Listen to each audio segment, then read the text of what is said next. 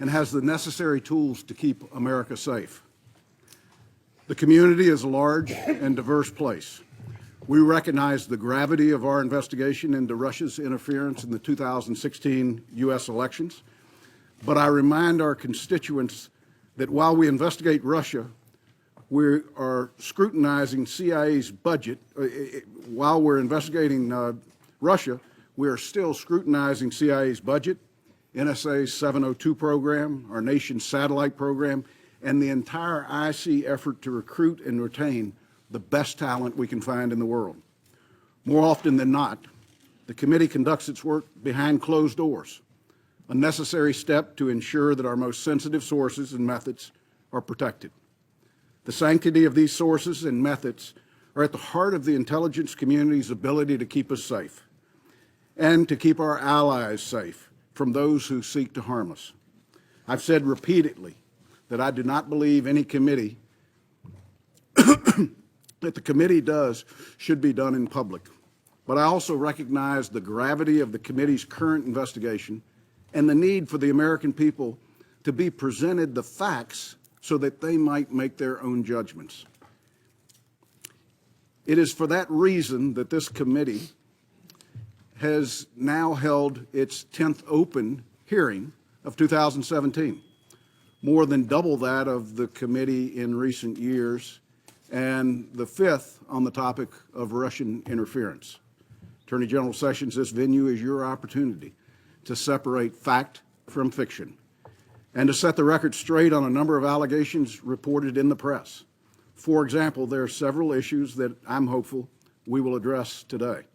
One, did you have any meetings with Russian officials or their proxies on behalf of the Trump campaign or during your time as Attorney General? Two, what was your involvement with candidate Trump's foreign policy team and what were their possible interactions with Russians? Three, why did you decide to recuse yourself from the government's Russia investigation? And fourth, what role, if any, did you play in the removal of then FBI Director Comey? I look forward to a candid and honest discussion as we continue to pursue the truth behind Russia's interference in the 2016 elections. The committee's experienced staff is interviewing the relevant parties, having spoken to more than 35 individuals to date, to include just yesterday an interview of former Homeland Security Secretary Jay Johnson. We also continue to review some of the most sensitive intelligence in our country's possession. As I've said previously, we will establish the facts, separate from rampant speculation, and lay them out for the American people to make their own judgment. Only then will we as a nation be able to put this episode to rest and look to the future. I'm hopeful that members will focus their questions today on the Russia investigation and not squander the opportunity by taking political or partisan shots. The Vice Chairman and I continue to lead this investigation together on what is a highly charged political issue. We may disagree at times, but we remain a unified team with a dedicated, focused, and professional staff working tirelessly on behalf of the American people to find the truth.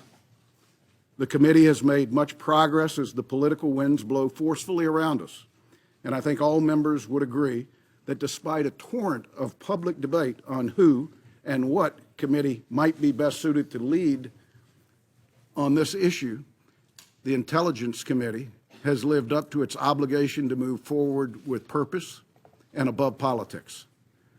Mr. Attorney General, it's good to have you back. I would now turn to the Vice Chairman for any remarks he might have. Thank you, Mr. Chairman, and I want to also thank the way that we're proceeding on this investigation. Mr. Attorney General, it's good to see you again, and we appreciate your appearance on the heels of Mr. Comey's revealing testimony last week. I do, though, want to take a moment at the outset and first express some concern with the process by which we are seeing you, the Attorney General, today. It's my understanding that you were originally scheduled to testify in front of the House and Senate Appropriations Committees today. I know those appearances have been canceled to come here instead. While we appreciate his testimony before our committee, I believe, and I speak for many of my colleagues, that I believe he should also answer questions from members of those committees and the Judiciary Committee as well. Mr. Attorney General, it's my hope that you will reschedule those appearances as soon as possible.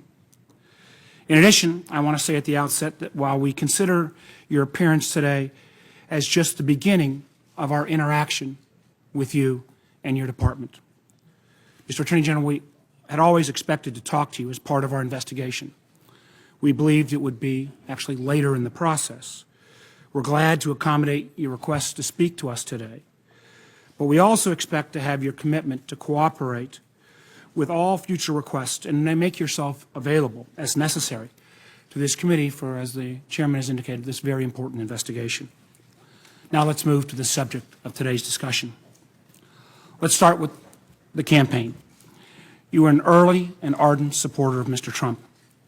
In March, you were named as chairman of the Trump campaign's National Security Advisory Committee.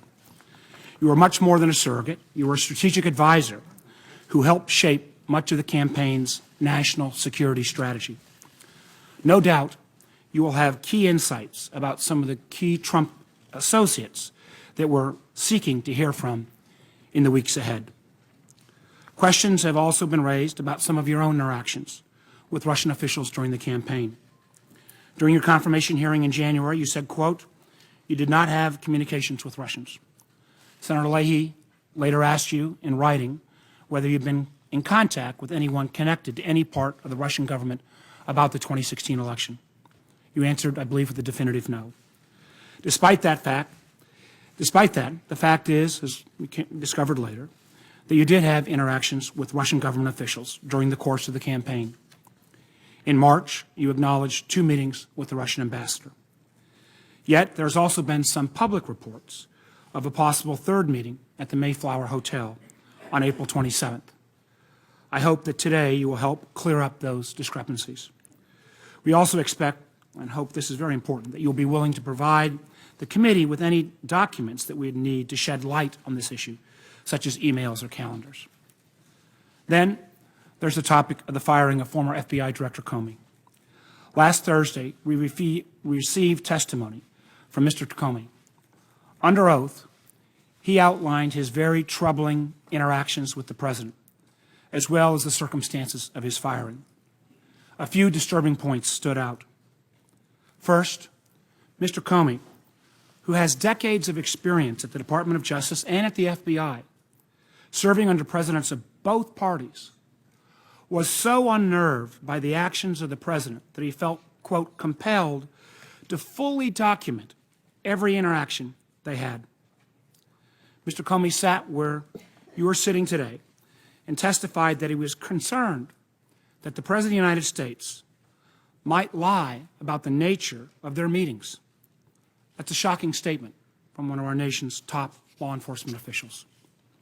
We also heard that Director Comey took it as a direction from the President that he was to drop the FBI's investigation into former National Security Advisor General Mike Flynn. Finally, we heard from Mr. Comey that he believes he was fired over his handling of the Russia investigation. The President himself confirmed this in statements to the media. This is deeply troubling for all of us who believe on both sides of the aisle in preserving the independence of the FBI. We have a lot of work in order to follow up on these alarming disclosures. Mr. Attorney General, your testimony today is an opportunity to begin the process of asking those questions. For instance, again, and I know others will ask about this, you recused yourself from the Russia investigation, yet you participated in the firing of Mr. Comey over the handling of that same investigation. We'll want to ask you about how you view your recusal and whether you believe you've complied with it fully. In addition, we heard from Mr. Comey last week that the President asked you to leave the Oval Office so that he could speak one-on-one with Mr. Comey. Again, a very concerning action. We will need to hear from you about how you viewed the President's request and whether you thought it was appropriate. We'll also want to know if you are aware of any attempts by the President to enlist leaders in the intelligence community to undermine this very same Russia investigation. Most importantly, our committee will want to hear what you are doing to ensure that the Russians or any other foreign adversaries cannot attack our democratic process like this ever again. I'm concerned that the President still does not recognize the severity of the threat. He, to date, I believe, has not even acknowledged the unanimous conclusions of the U.S. intelligence community that Russia massively intervened in our elections. The threat we face is real, and it's not limited to us. The recent events in France are, again, a stark reminder that all Western democracies must take steps to protect themselves. I believe the United States can and must be a leader in this effort, but it will require our administration to get serious about this matter.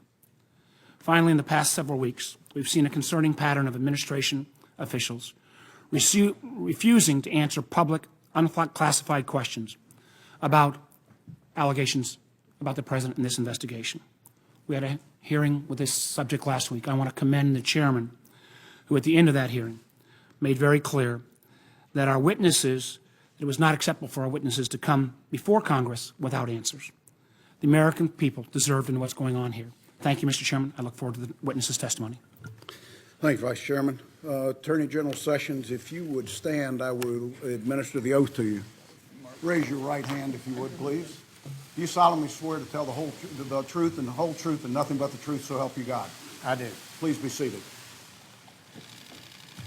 Thank you, Attorney General Sessions. The floor is yours. Thank you very much, Chairman Burr and Ranking Member Warner, for allowing me to publicly appear before your committee today. I appreciate the committee's critically important efforts to investigate Russian interference with our democratic processes. Such interference can never be tolerated, and I encourage every effort to get to the bottom of any such allegations. As you know, the Deputy Attorney General has appointed a special counsel to investigate the matters related to the Russian interference in the 2016 election.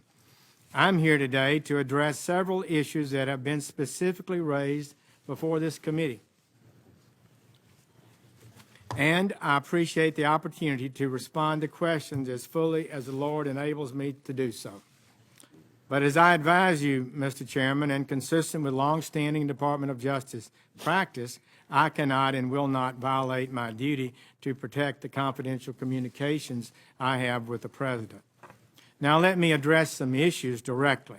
I did not have any private meetings, nor do I recall any conversations with any Russian officials at the Mayflower Hotel. I did not attend any meetings at that event separate. Prior to the speech attended by the President today, I attended a reception with my staff that included at least 24 people and President Trump, though I do recall several conversations that I had during that pre-speech reception. I do not have any recollection of meeting or talking to the Russian ambassador or any other Russian officials. If any brief interaction occurred in passing with the Russian ambassador during that reception, I do not remember it. After the speech, I was interviewed by the news media. There was an area for that in a different room, and then I left the hotel. But whether I ever attended a reception where the Russian ambassador was also present is entirely beside the point of this investigation into Russian interference in the 2016 campaign. Let me state this clearly, colleagues. I have never met with or had any conversation with any Russians or any foreign officials concerning any type of interference with any campaign or election in the United States. Further, I have no knowledge of any such conversations by anyone connected to the Trump campaign. I was your colleague in this body for 20 years, at least some of you, and and the suggestion that I participated in any collusion, that I was aware of any collusion with the Russian government to hurt this country, which I have served with honor for 35 years, or to undermine the integrity of our democratic process, is an appalling and detestable lie. Relatedly, there is the assertion that I did not answer Senator Franken's question honestly at my confirmation hearing. Colleagues, that is false. I can't say colleagues now. I'm no longer a part of this body, but former colleagues. That is false. This is what happened. Senator Franken asked me a rambling question after some 6 hours of testimony that included dramatic new allegations that the United States intelligence community, the U.S. intelligence community, had advised President-elect Trump, quote, that there was a continuing exchange of information during the campaign between Trump's surrogates and intermediaries for the Russian government, close quote. I was taken aback by that explosive allegation, which he said was being reported as breaking news that very day, and which I had not heard. I wanted to refute that immediately. Any suggestion that I was part of such an activity, I replied, quote, to Senator Franken this way, quote, Senator Franken, I'm not aware of any of those activities. I have been called a surrogate a time or two in that campaign, and I did not have communications with the Russians, and I'm unable to comment on it. Close quote. That was the context in which I was asked the question, and in that context, my answer was a fair and correct response to the charge as I understood it. I was responding to this allegation that we had met, surrogates had been meeting with the Russians on a regular basis. It simply did not occur to me to go further than the context of the question and to list any conversations that I may have had with Russians in routine situations, as I had many routine meetings with other foreign officials. So please hear me now. And it was only in March, after my confirmation hearing, that a reporter asked my spokesperson whether I had ever met with any Russian officials. This was the first time that question had squarely been posed to me. On the same day, we provided that reporter with the information related to the meeting that I and my staff had held in my Senate office with Ambassador Kislyak, as well as the brief encounter in July after a speech that I had given during the convention in Cleveland, Ohio. I also provided the reporter with a list of 25 foreign ambassador meetings that I'd had during 2016. In addition, I provided supplemental testimony to the Senate Judiciary Committee to explain this event. So I readily acknowledge these two meetings, and certainly not one thing happened that was improper in any one of those meetings. Let me also explain clearly the circumstances of my recusal from the investigation into the Russian interference with the 2016 election. Please, colleagues, hear me on this. I was sworn in as Attorney General on Thursday, February 9th. The very next day, as I had promised to the Judiciary Committee I would do, at least at an early date, I met with Career Department officials, including a senior ethics official, to discuss some things publicly reported in the press that might have some bearing on whether or not I should recuse myself in this case. From that point, February 10th, until I announced my formal recusal on March 2nd, I was never briefed on any investigative details, did not access any information about the investigation. I received only the limited information that the department's career officials determined was necessary for me to form and make a recusal decision. As such, I have no knowledge about this investigation as it is ongoing today, beyond what has been publicly reported. I don't even read that carefully. And I have taken no action whatsoever with regard to any such investigation. On the date of my formal recusal, my Chief of Staff sent an email to the heads of relevant departments, including by name to Director Comey of the FBI, to instruct them to inform their staffs of this recusal and to advise them not to brief me or involve me in any way in any such matters. And in fact, they have not. Importantly, I recuse myself not because of any asserted wrongdoing, or any belief that I may have been involved in any wrongdoing in the campaign, but because a Department of Justice regulation, 28 CFR 45.2, I felt required it. That regulation states in effect that department employees should not participate in investigations of a campaign if they served as a campaign advisor.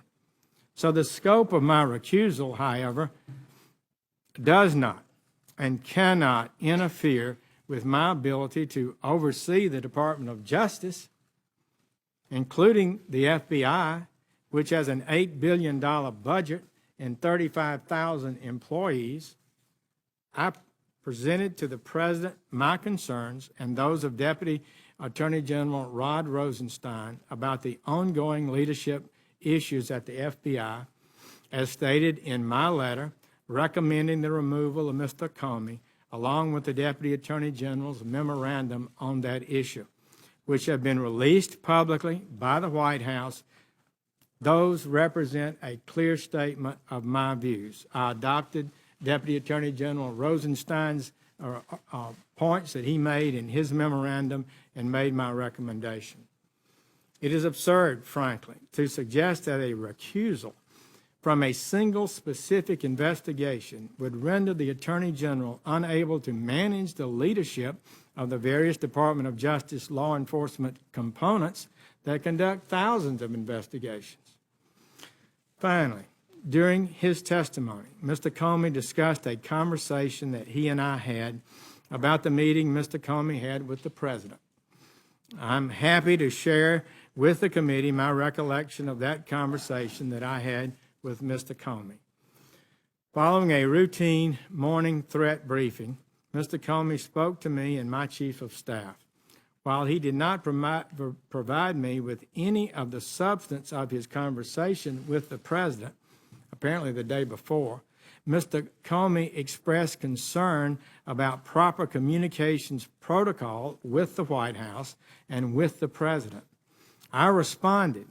He didn't recall this, but I responded to his comment by agreeing that the FBI and the Department of Justice needed to be careful to follow department policies regarding appropriate contacts with the White House.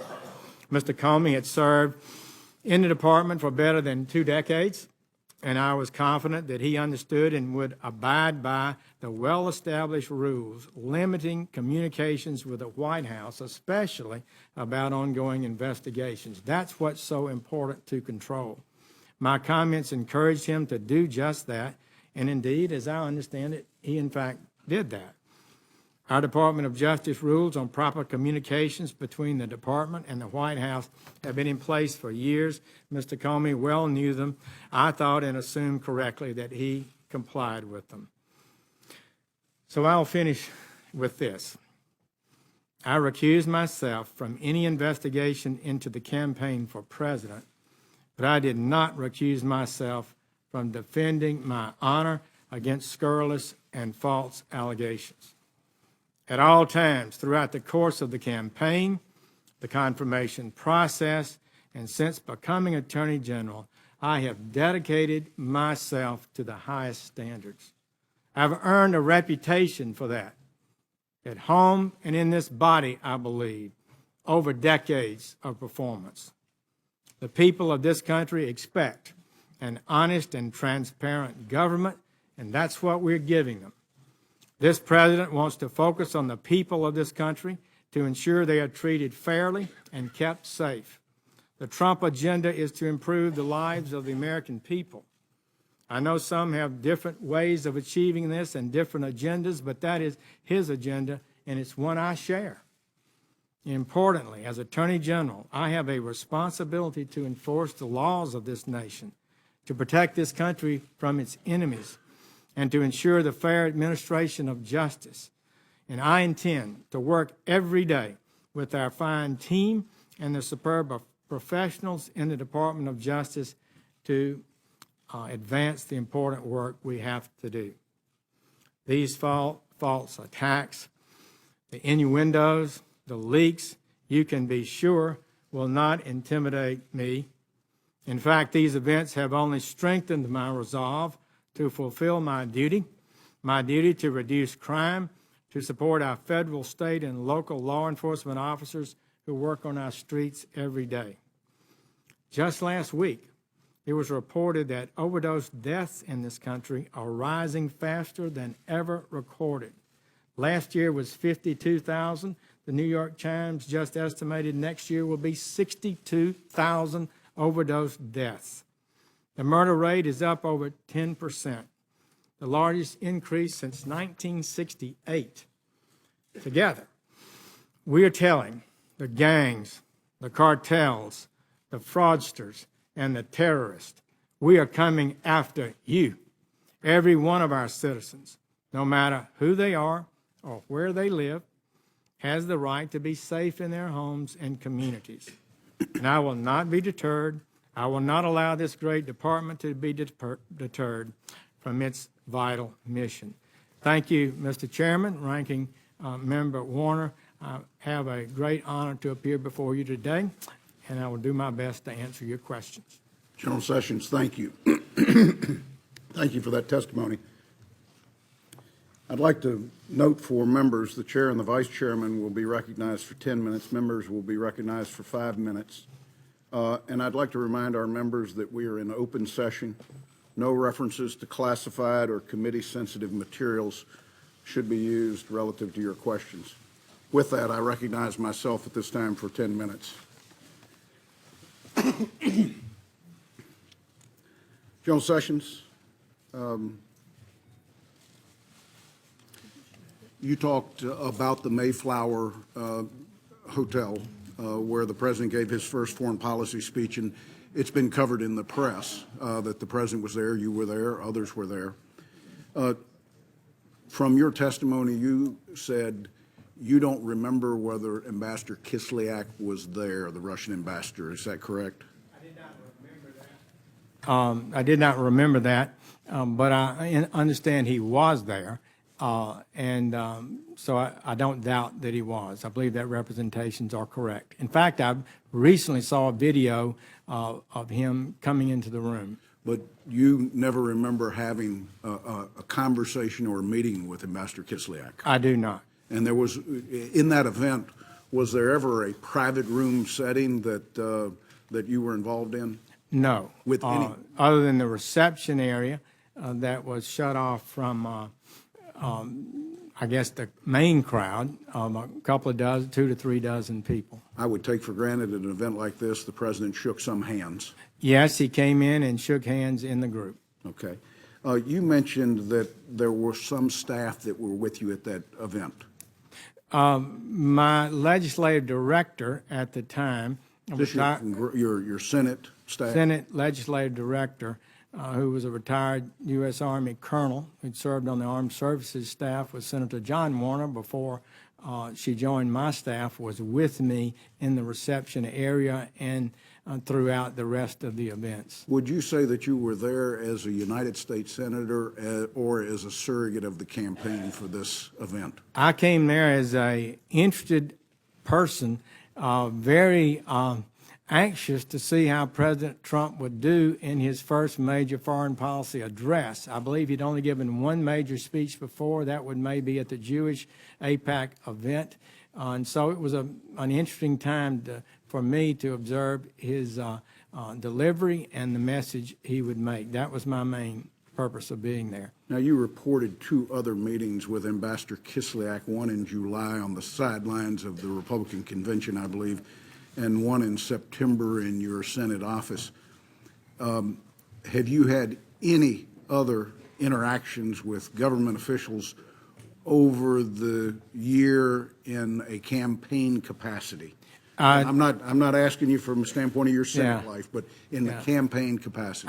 No, Mr. Chairman. I've racked my brain to make sure I could answer any of those questions correctly, and I did not. I would just offer for you that when asked about whether I had had any meetings with Russians by the reporter in March, we immediately recalled the conversation, the encounter I had at the convention and the meeting in my office and made that public.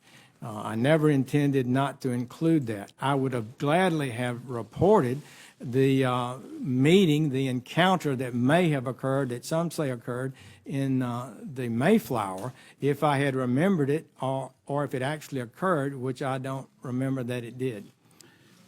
General Sessions, on March 2nd, 2017, you formally recused yourself from any involvement in the Russian investigation being conducted by the FBI and the Department of Justice. What are the specific reasons that you chose to recuse yourself? Well, the specific reason, Mr. Chairman, is a CFR, a Congressional Code of Federal Regulations, put out by the Department of Justice, part of the Department of Justice rules, and it says this, I'll read from it, 28 CFR 45.2.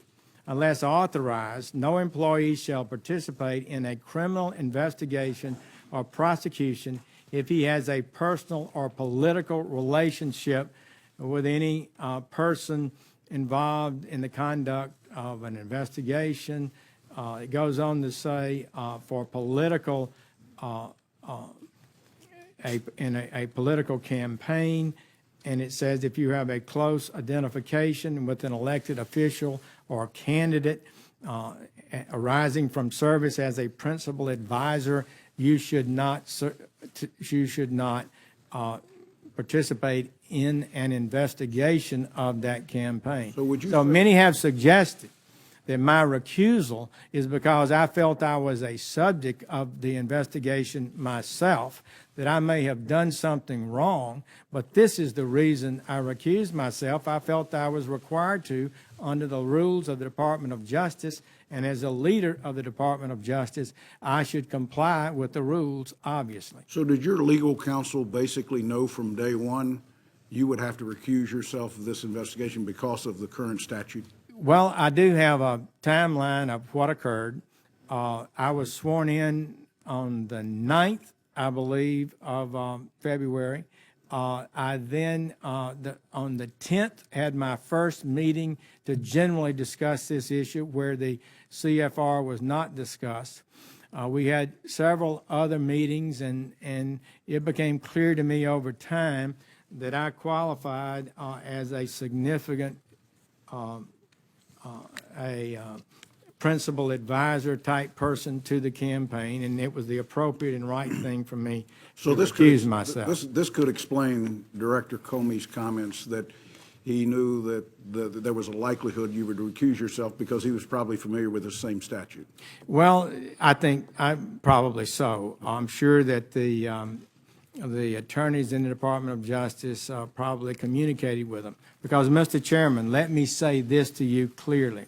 In effect, as a matter of fact, I recused myself that day.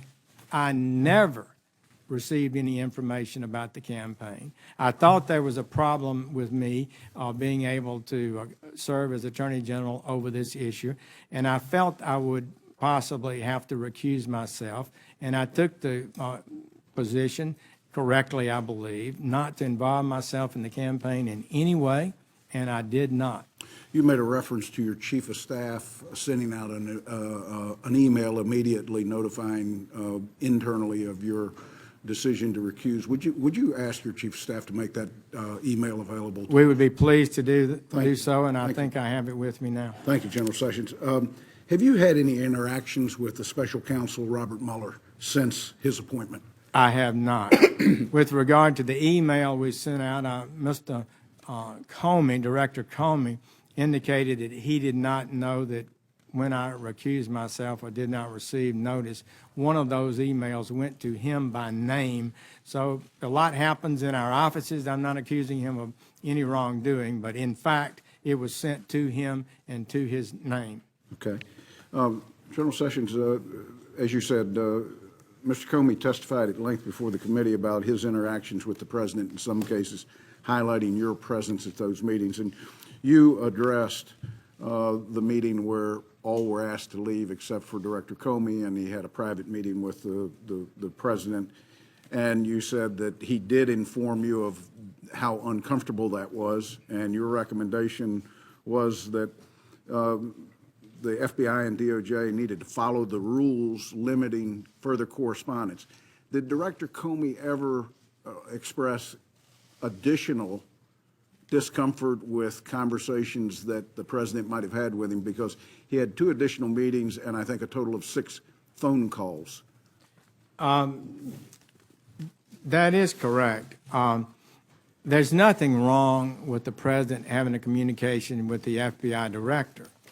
What is problematic for any Department of Justice employee is to talk to any cabinet persons or White House officials, high officials, about ongoing investigations that are not properly cleared through the top levels of the Department of Justice.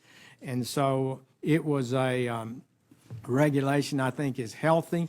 I thought we needed and strongly believe we needed to restore discipline within our department to adhere to just those kind of rules, plus leaking rules and some of the other things that I think are a bit lax and need to be restored. You couldn't have had a conversation with the president about the investigation because you were never briefed on the investigation. That is correct. I would note that with regard to the private meeting that Director Comey had, by his own admission, I believe there are as many as 6 such meetings. Several of them he had with President Trump. I think he had 2 with President Obama. So it's not improper per se, but it would not be justified for a department official to share information about an ongoing investigation without prior review and clearance from above. General Sessions, just one last question. You were the chair of this foreign policy team for the Trump campaign. To the best of your knowledge, did that team ever meet? We met a couple of times, maybe. Some of the people did, but we never functioned, frankly, Mr. Chairman, as a coherent team. We had various meetings. Were there any members of that team you never met? Yes. Okay. Vice Chairman. Thank you, General Sessions. As I mentioned in my opening statement, we appreciate your appearance here, but we do see this as the first step, and I would just like to get your commitment that you will agree to make yourself available as the committee needs in the weeks and months ahead. Senator Warner, I will commit to appear before this committee and other committees as appropriate. I don't think it's good policy to continually bring cabinet members or the Attorney General before multiple committees going over the same things over and over. I know other members of the Judiciary Committee or Appropriations Committee may want to raise those issues. But let me just ask about this committee. I just gave you my answer, Thank Mr. you. What about, can we also get your commitment, since there will be questions about some of these meetings that took place or not, that we could get access to documents or memoranda or your day book or something so we can... Mr. Chairman, we will be glad to provide appropriate responses to your questions and review them carefully and try to be responsive. Yesterday, a friend of the president was reported to suggesting that President Trump was considering removing Director Mueller as special counsel. Do you have confidence in Director Mueller's ability to conduct his investigation fairly and impartially? Well, first, I don't know about these reports and have no basis to but I'm asking you, sir, their I'm asking, do you... validity. I have known Mr. Mueller over the years. He served 12 years as FBI director. I knew him before that, and I have confidence in Mr. Mueller. So you have confidence he can do his job? But I'm not going to discuss any hypotheticals or what might be a factual situation in the future that I'm not aware of today, because I know nothing about the investigation. Do you believe? Fully recused. I've got a series of questions, sir. Do you believe the president has confidence in Director Mueller? I have no idea. I've not talked to him about it. Now, if we commit to this committee not to take any personal actions that might result in Director Mueller's firing or dismissal? Well, I think I probably could say that with confidence because I'm recused from the investigation. In fact, the way it works, Senator Warner, is that the acting Attorney General I'm aware of this investigation, process, but I just wanted to get you on the record that you would not, Deputy Attorney General Rod Rosenstein. with your recusal, you would not take any actions to try to have Special Investigator Mueller removed? I wouldn't think that would be appropriate for me to do. Yes, sir, I agree. To your knowledge, have any Department of Justice officials been involved with conversations about any possibility of presidential pardons about any of the individuals involved with the Russia investigation? Mr. Chairman, I'm not able to comment on conversations with high officials within the White House. That would be a violation of the communications rule that I have to adhere. Is that, just so I can understand, is the basis of that unwillingness to answer based on executive privilege, or what? It's a longstanding policy of the Department of Justice not to comment on conversations that the Attorney General has had with the President of the United States for confidential reasons that really are founded in the co-equal branch powers in the Constitution of the United States. But just so I'm understanding, does that mean, are you claiming executive privilege here today, sir? I'm not claiming executive privilege because that's the President's power, and I have no power to claim executive privilege. What about conversations with other Department of Justice or other White House officials about potential pardons? Not the President, sir. Mr. Chairman, without in any way on that, there are privileges of communication within the Department of Justice that we share, all of us do. We have a right to have full and robust debate within the Department of Justice. We encourage people to speak up and argue cases on different sides, and those arguments are not I would to be hope, revealed. Historically, we've seen that they shouldn't be revealed. I would hope that you would agree that, since you've recused yourself from this investigation, that if the President or others would pardon someone during the midst of this investigation, while our investigation or Director Mueller's investigation, that would be, I would think, problematic. Let me, one of the comments you made in your testimony was that you'd reached this conclusion about the performance of then Director Comey's ability to lead the FBI, that you agreed with Deputy Attorney General Rosenstein's memo, the fact that you'd worked with Director Comey for some time. Did you ever have a conversation as a superior of Director Comey with his failure to perform, or some of these accusations that he wasn't running the FBI in a good way, or that somehow the FBI is in turmoil? Did you have any conversations with Director Comey about those subjects? I did not. So you were his superior, and there were some fairly harsh things said about Director Comey. You never thought it was appropriate to raise those concerns before he was actually terminated by the President? I did not do so. A memorandum was prepared by the Deputy Attorney General who evaluated his performance, noted some serious problems with it.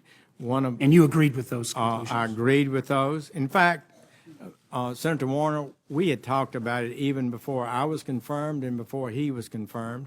It's something that we both agreed to, that a fresh start at the FBI was probably the best thing. It just, again, seems a little, I could understand that if you talked about that before you came on, you had a chance for a fresh start, there was no fresh start. Suddenly we're in the midst of the investigation, and with timing that seems a little peculiar, that what kind of, at least to me, was out of the blue, the President fires the FBI director, and if there are all these problems of disarray and a lack of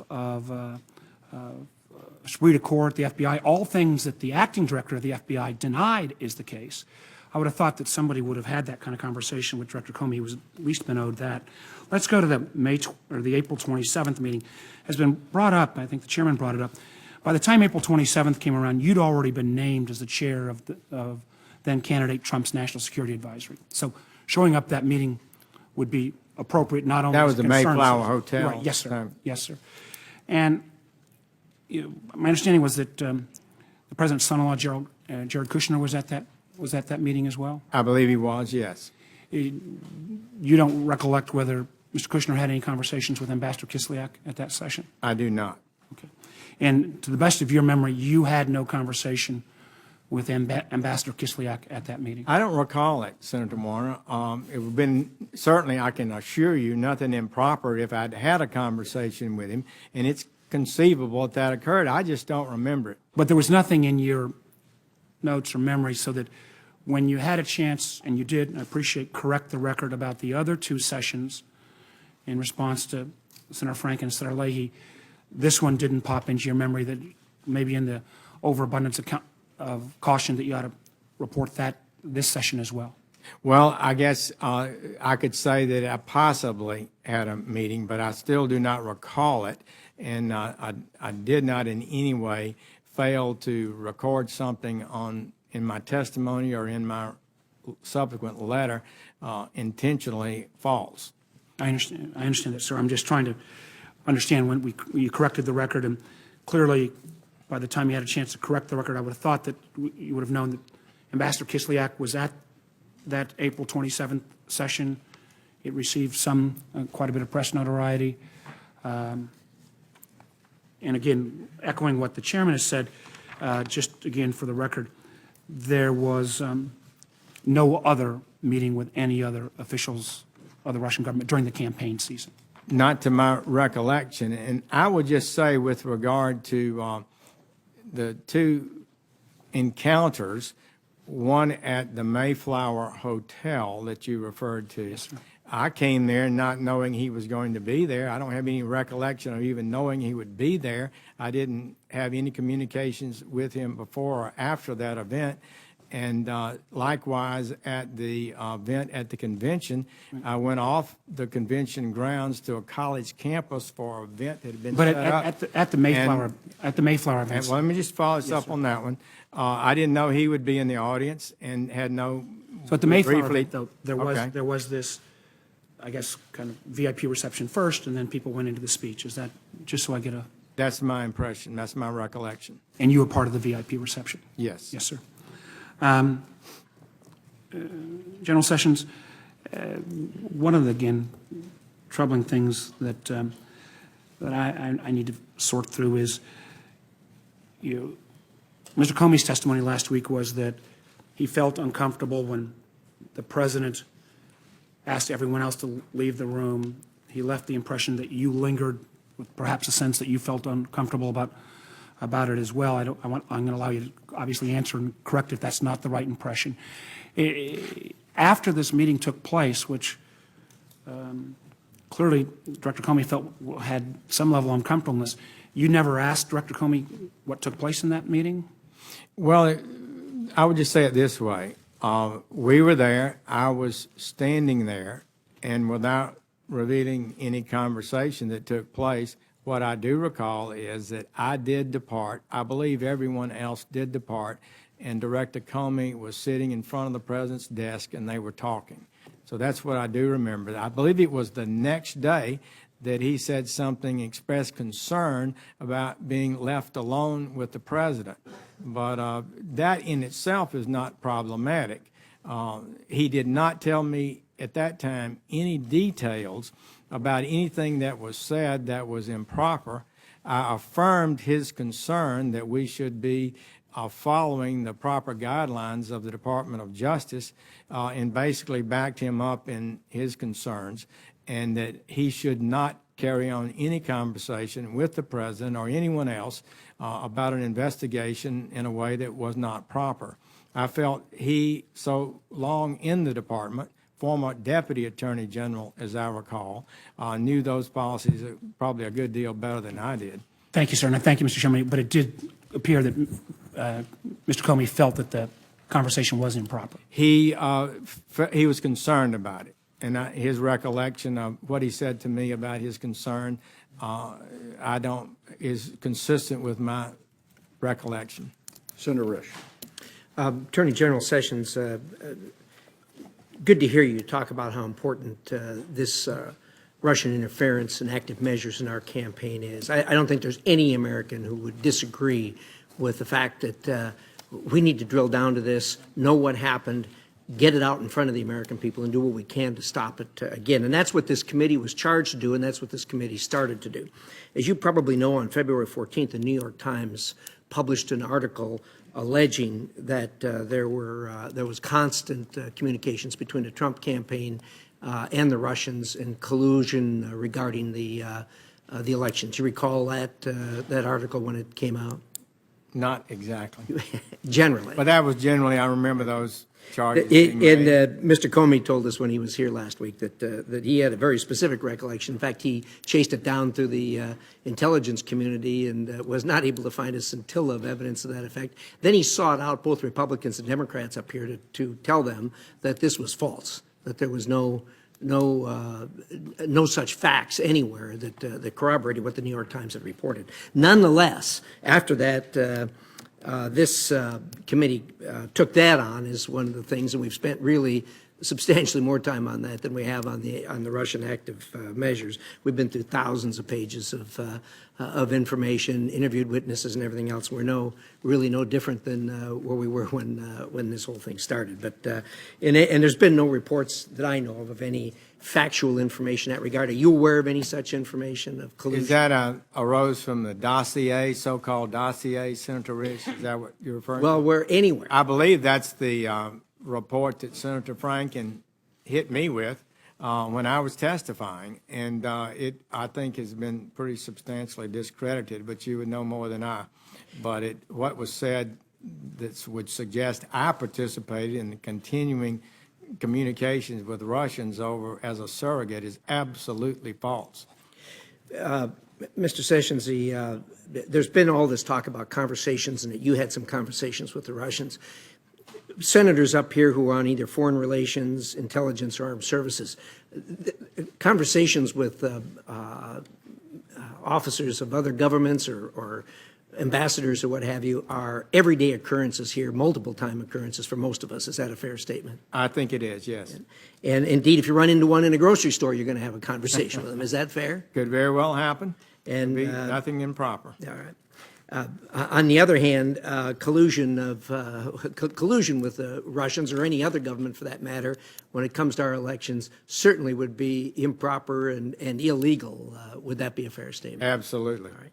Are you willing to sit here and tell the American people, unfiltered by what the media is going to put out, that you participated in no conversations of any kind where there was collusion between the Trump campaign and any other foreign government? I can say that absolutely, and I have no hesitation to do so. Mr. Sessions, you're a former U.S. attorney, former United States Senator, and the Attorney General of the United States. You participated, as you've described, in the Trump campaign. And as such, you traveled with the campaign, I gather? I did. You spoke for the campaign at times? Well, on a number of occasions. I was not continually on the trail. Based upon your experience and based upon your participation in the campaign, did you hear even a whisper or a suggestion or anyone making reference within that campaign that somehow the Russians were involved in that campaign? I did not. Okay. No What would you have done ever- if you'd have heard that? Well, I would have been shocked, and I would have known it was improper. And headed for the exit, I suppose. Well, maybe. So this was, a serious. This is a serious matter because what you're talking about is hacking into a private person or DNC computer and obtaining information and spreading that out. That's just not right. And I believe it's likely that laws were violated if that actually occurred. So it's an improper thing.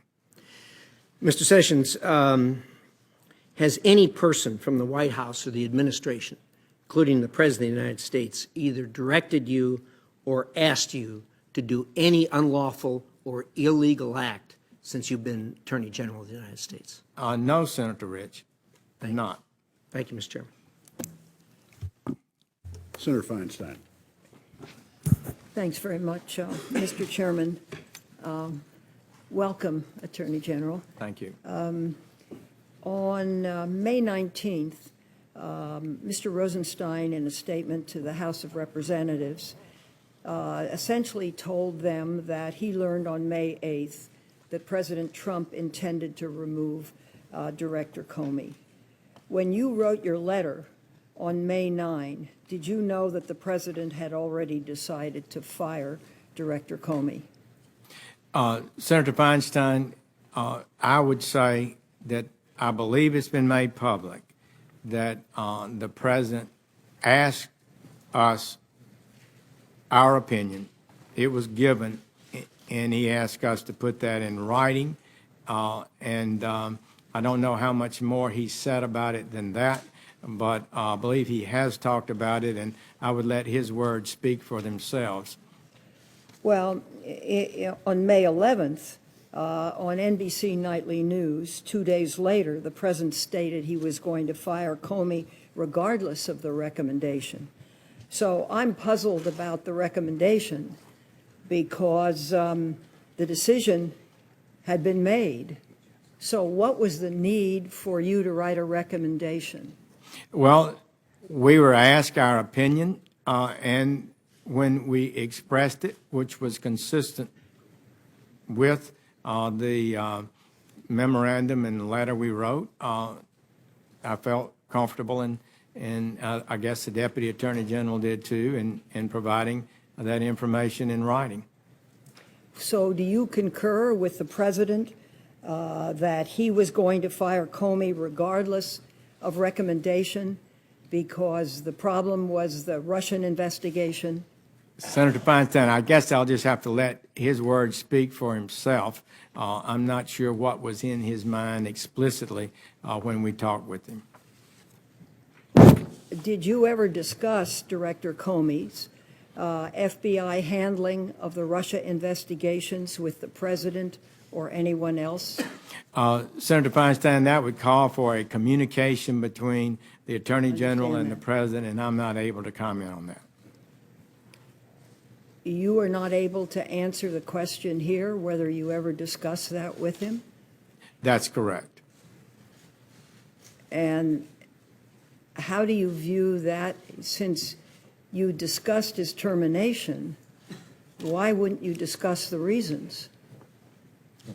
Well, those were put in writing and sent to the President, and he made those public, so he made that public. So you'd had no verbal conversation with him about the firing of Mr. Comey? I'm not able to discuss with you or confirm or deny the nature of private conversations that I may have had with the President on this subject or others. And I know that how this will be discussed, but that's the rules that has been long adhered to by the Department of Justice, as you know, Senator Feinstein. You're a longtime colleague, but we heard Mr. Coates and we heard Admiral Rogers say essentially the same thing, when it was easy just to say if the answer was no, no. Well, it would have been easier to say if it was yes, yes, but both would have been improper. Okay. So how exactly were you involved in the termination of Director Comey? Because I am looking at your letter dated May 9, and you say the director of the FBI must be someone who follows faithfully the rules and principles, who sets the right example for our law enforcement officials. Therefore, I must recommend that you remove Director Comey and identify an experienced and qualified individual to lead the great men and women of the FBI. Do you really believe that this had to do with Director Comey's performance with the men and women of the FBI? There was a clear view of mine and of Deputy Attorney General Rosenstein, as he set out at some length in his memoranda, which I adopted and sent forward to the President, that we had problems there, and it was my best judgment that a fresh start at the FBI was the appropriate thing to do. And when asked, I said that to the President. It's something I had adhered to. Deputy Rosenstein's letter dealt with a number of things. When Mr. Comey declined the Clinton prosecution, that was really a usurpation of the authority of the federal prosecutors in the Department of Justice. It was a stunning development. The FBI is the investigative team. They don't decide prosecution policies. And so that was a thunderous thing. He also commented at some length on the declination of the Clinton prosecution, which you should not normally, you shouldn't do. Policies have been historic. If you decline, and you don't talk about it. There were other things that had happened that indicated to me a lack of discipline, and it caused controversy on both sides of the aisle. And I had come to the conclusion that a fresh start was appropriate and did not mind putting that in writing. My time is up. Thank you very much. Senator Rubio. Thank you. Thank you for being here, Attorney General. I want to go back to February 14th and kind of close the loop on the details. Director Comey was here, provided great detail about that day. So what I've heard so far is there was a meeting in the Oval Office on the 14th. You recall being there along with him. At some point, the meeting concluded. The President, everyone got up to leave. The President asked Director Comey to stay behind, correct? Well, that's a communication in the White House that I would not comment on. All right, I do indicate. You remember seeing him stay behind? Yes. Okay. And his testimony was that you lingered. And his view of it was you lingered because you knew that you needed to stay. That was his characterization. Do you remember lingering? Do you remember feeling like you needed to stay? I do recall being one of the last ones to leave. Did you decide to be one of the last ones to leave? I don't know how that occurred. We had finished I think a counterterrorism briefing. There, a number of people were there and people were filtering out. And I eventually left, and I do recall that I think I was the last or one of the last 2 or 3 to leave. Would it be fair to say that you felt like perhaps you needed to stay because it involved the FBI director? Well, I don't know how I would characterize that, Senator Rubio. I left. It didn't seem to me to be a major problem. I knew that Director Comey, long-time experience in the Department of Justice, could handle himself well. So you saw him after that. He characterized it as he went up to you and said, you know, never leave me alone with the President again. It's not appropriate. And he said, this is his characterization, you just kind of shrugged like as if to say, what am I supposed to do about it? Well, I think I described it more completely, correctly. He raised that issue with me, I believe, the next day. I think that was correct. And he expressed concern to me about that private conversation. And I agreed with him essentially that there are rules on private conversations with the President, but there's not a prohibition on a private discussion with the President, as I believe he's acknowledged 6 or more himself with President Obama and President Trump. So I didn't feel like that's the first, and he gave me no detail about what it was that he was concerned about. So so I didn't say I wouldn't be able to respond if he called me. He certainly knew that with regard that he could call his direct supervisor, which in the Department of Justice, the direct supervisor to the FBI is the Deputy Attorney General. He could have complained to the deputy or to me at any time if he felt pressured, but I had no doubt that he would not yield to any pressure. Do you know if the President records conversations in the Oval Office or anywhere in the White House? I do not. Let me ask you this. If, in fact, any president was to record conversations in their official duties in the White House or the like, would there be an obligation to preserve those records? I don't know, Senator Rubio. Probably so. I want to go to the campaign for a moment. As I'm sure you're aware, as it's been widely reported, Russian intelligence agencies often pose not simply as an official, but in covers as businessmen or journalists and the like. At any point during the campaign, did you have an interaction with anyone who, in hindsight, you look back and say, they were trying to influence me or gain insight, that in hindsight you look at and wonder? I don't believe in my conversations with the 3 times. Just in general. No. Well, I met a lot of people, a lot of foreign officials who wanted to argue their case for their country and to point out things that they thought were important for their countries. But Yes, never, that's a normal thing, I guess, we talk about. right, but and as far as someone who's not an official from another country, just a businessman or anyone walking down the street who kind of struck you as someone that was trying to find out what you were up to or what the campaign was up to, you never remember any sort of interaction that in hindsight appears suspicious? Well, I'd have to rack my brain, but I don't recall it now. My last question, you were on the foreign policy team. The platform, the Republican platform was changed to not provide defensive weapons to Ukraine. Were you involved in that decision? Do you know how that change was made or who was involved in making that change? I was not active in the platform committee, did not participate in that, and don't think I had any direct involvement. Do you know who in did, that. or do you have no recollection of a debate about that issue internally in the campaign? I never watched the debate. If it occurred on the platform committee, I think it did. So I don't recall that, Senator Rubio. I'd have to think about that. Senator Wyden. Thank you very much, Mr. Chairman. Mr. Chairman, I want to thank you for holding this hearing in the open, in full view of the American people, where it belongs. I believe the American people have had it with stonewalling. Americans don't want to hear that answers to relevant questions are privileged and off limits, or that they can't be provided in public, or that it would be, quote, inappropriate for witnesses to tell us what they know. We are talking about an attack on our democratic institutions, and stonewalling of any kind is unacceptable. And General Sessions has acknowledged that there is no legal basis for this stonewalling. So now to questions.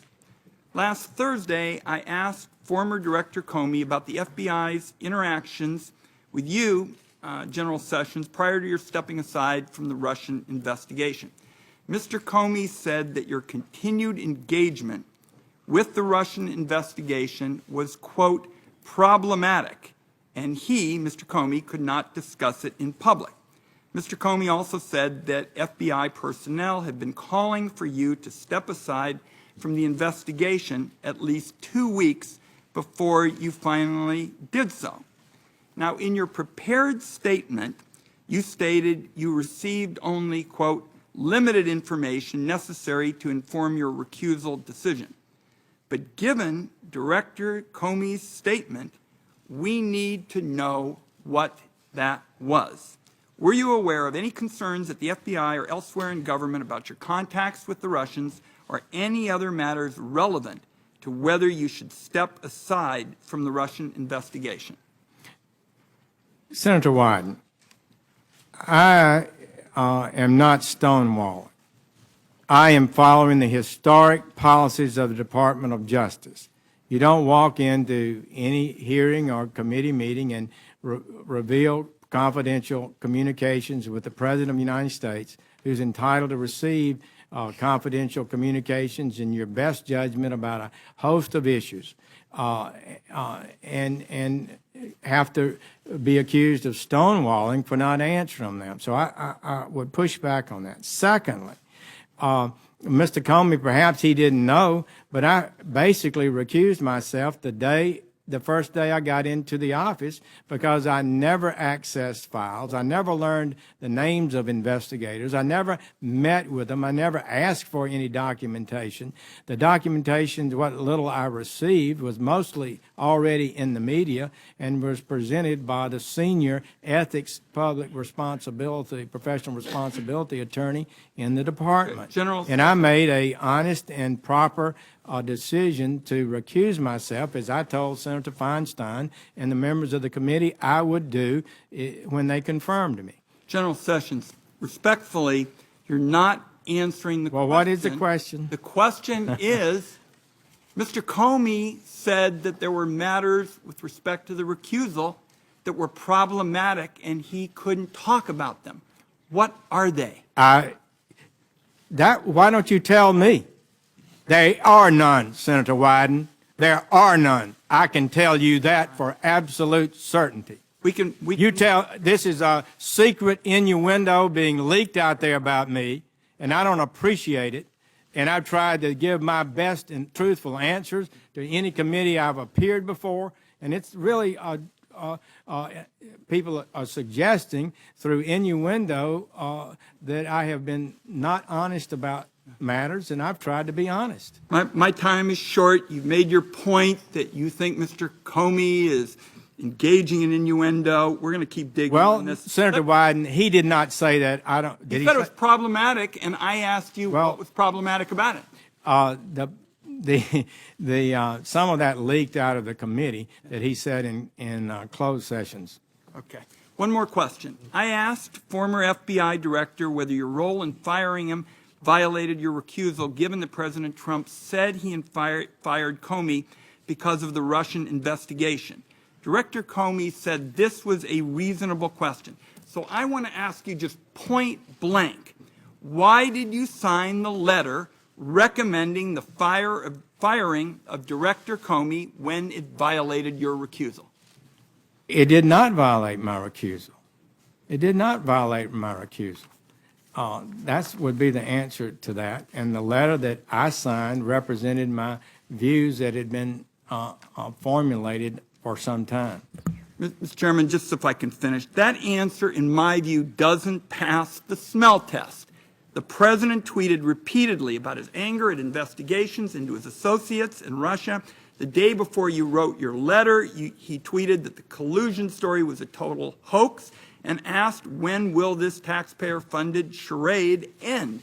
I don't think your answer passes the smell test. Well, Mr. Senator Chairman. Wyden, I think I should be allowed to briefly respond at least, and would say the letter, the memorandum that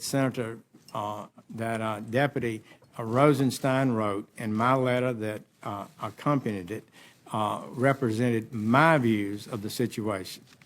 I'll ask that on the second round. Thank you, Mr. Chairman. Senator Collins. Thank you, Mr. Chairman. Attorney General Sessions, I want to clarify who did what with regard to the firing of Mr. Comey.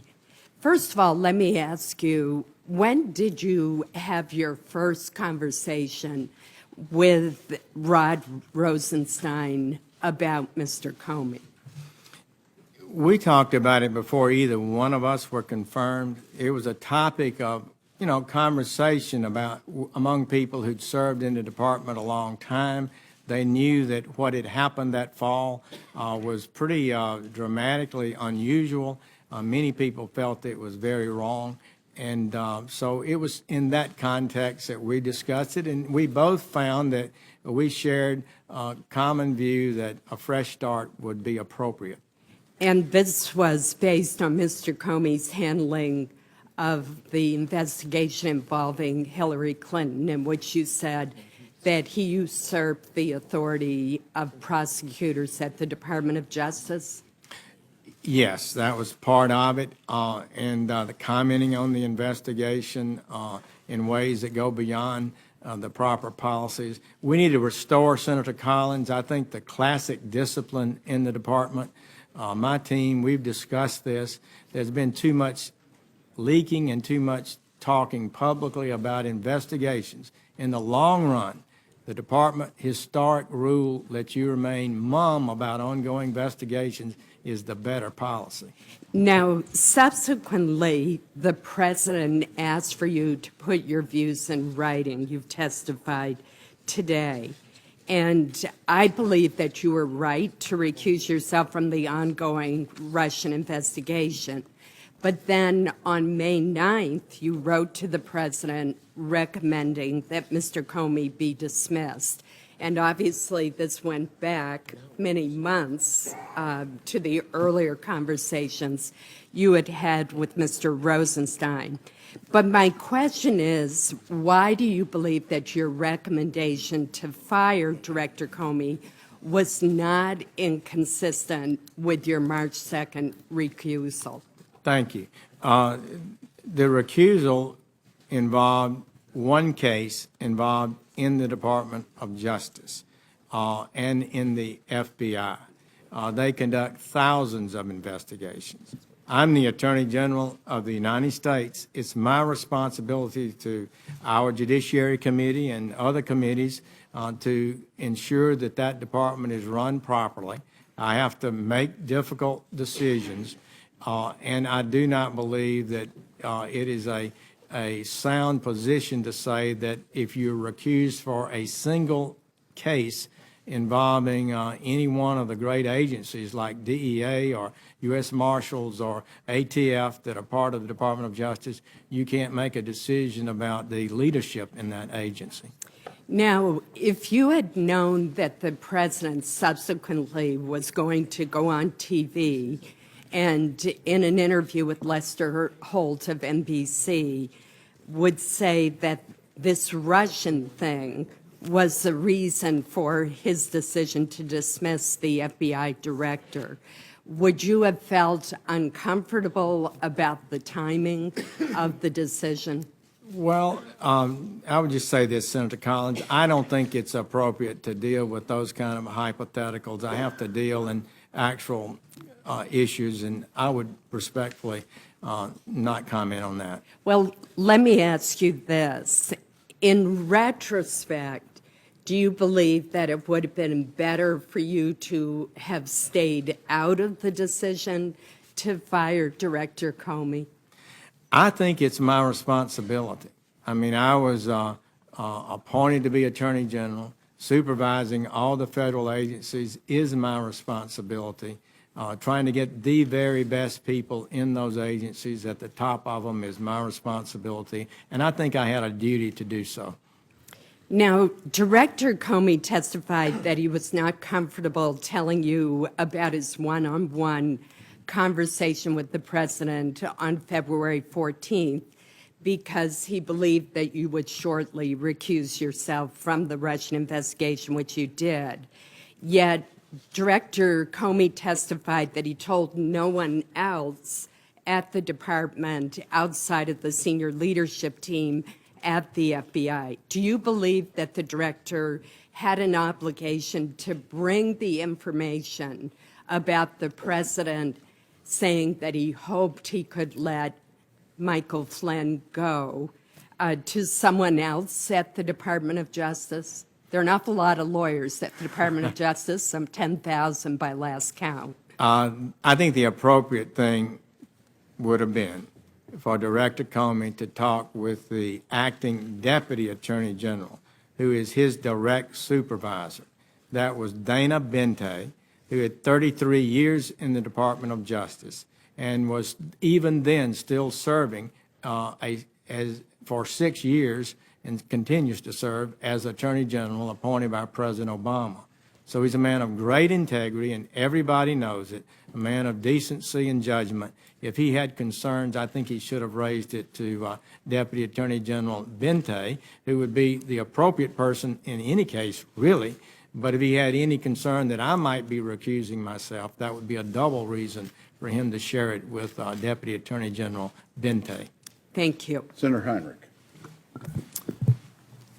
Attorney General Sessions, has the President ever expressed his frustration to you regarding your decision to recuse yourself? Senator Heinrich, I'm not able to share with this committee private communications. Because you're invoking executive privilege. I'm not able to invoke executive privilege. That's the President's prerogative. Well, my understanding is that you took an oath, you raised your right hand here today, and you said that you would solemnly swear to tell the truth, the whole truth, and nothing but the truth. And now you're not answering questions. You're impeding this investigation. So my understanding of the legal standard is that you either answer the question, that's the best outcome. You say, this is classified, can't answer it here, I'll answer it in closed session. That's bucket number 2. Bucket number 3 is to say, I'm invoking executive privilege. There is no appropriateness bucket. It is not a legal standard. Can you tell me what are these long-standing DOJ rules that protect conversations made in the executive without invoking executive privilege? Senator, I'm protecting the President's constitutional right by not giving it away before he has a chance to You're having review it it. both And ways. secondly, I am telling the truth in answering your question in saying it's a long-standing policy of the Department of Justice. Are those not policies to comment, written? even and to make sure the President has full opportunity to decide these issues. Can you share those policies with us? Are Well- they written down at the Department of Justice? I believe they are. This is Certainly, the appropriateness legal standard for it's not the- answering congressional inquiries. It's my judgment that it would be inappropriate for me to answer and reveal private conversations with the president when he has not had a full opportunity to review the questions and to make a decision on whether or not to approve such an answer. One, there are also other privileges that could be invoked. One of the things deals with the investigation of the special counsel as And other. we're not asking Well, I'm questions about that investigation. If I wanted to ask questions about that investigation, I'd ask those of Rod Rosenstein.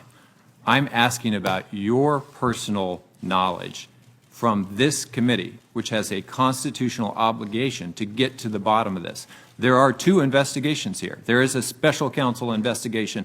There is also a congressional investigation.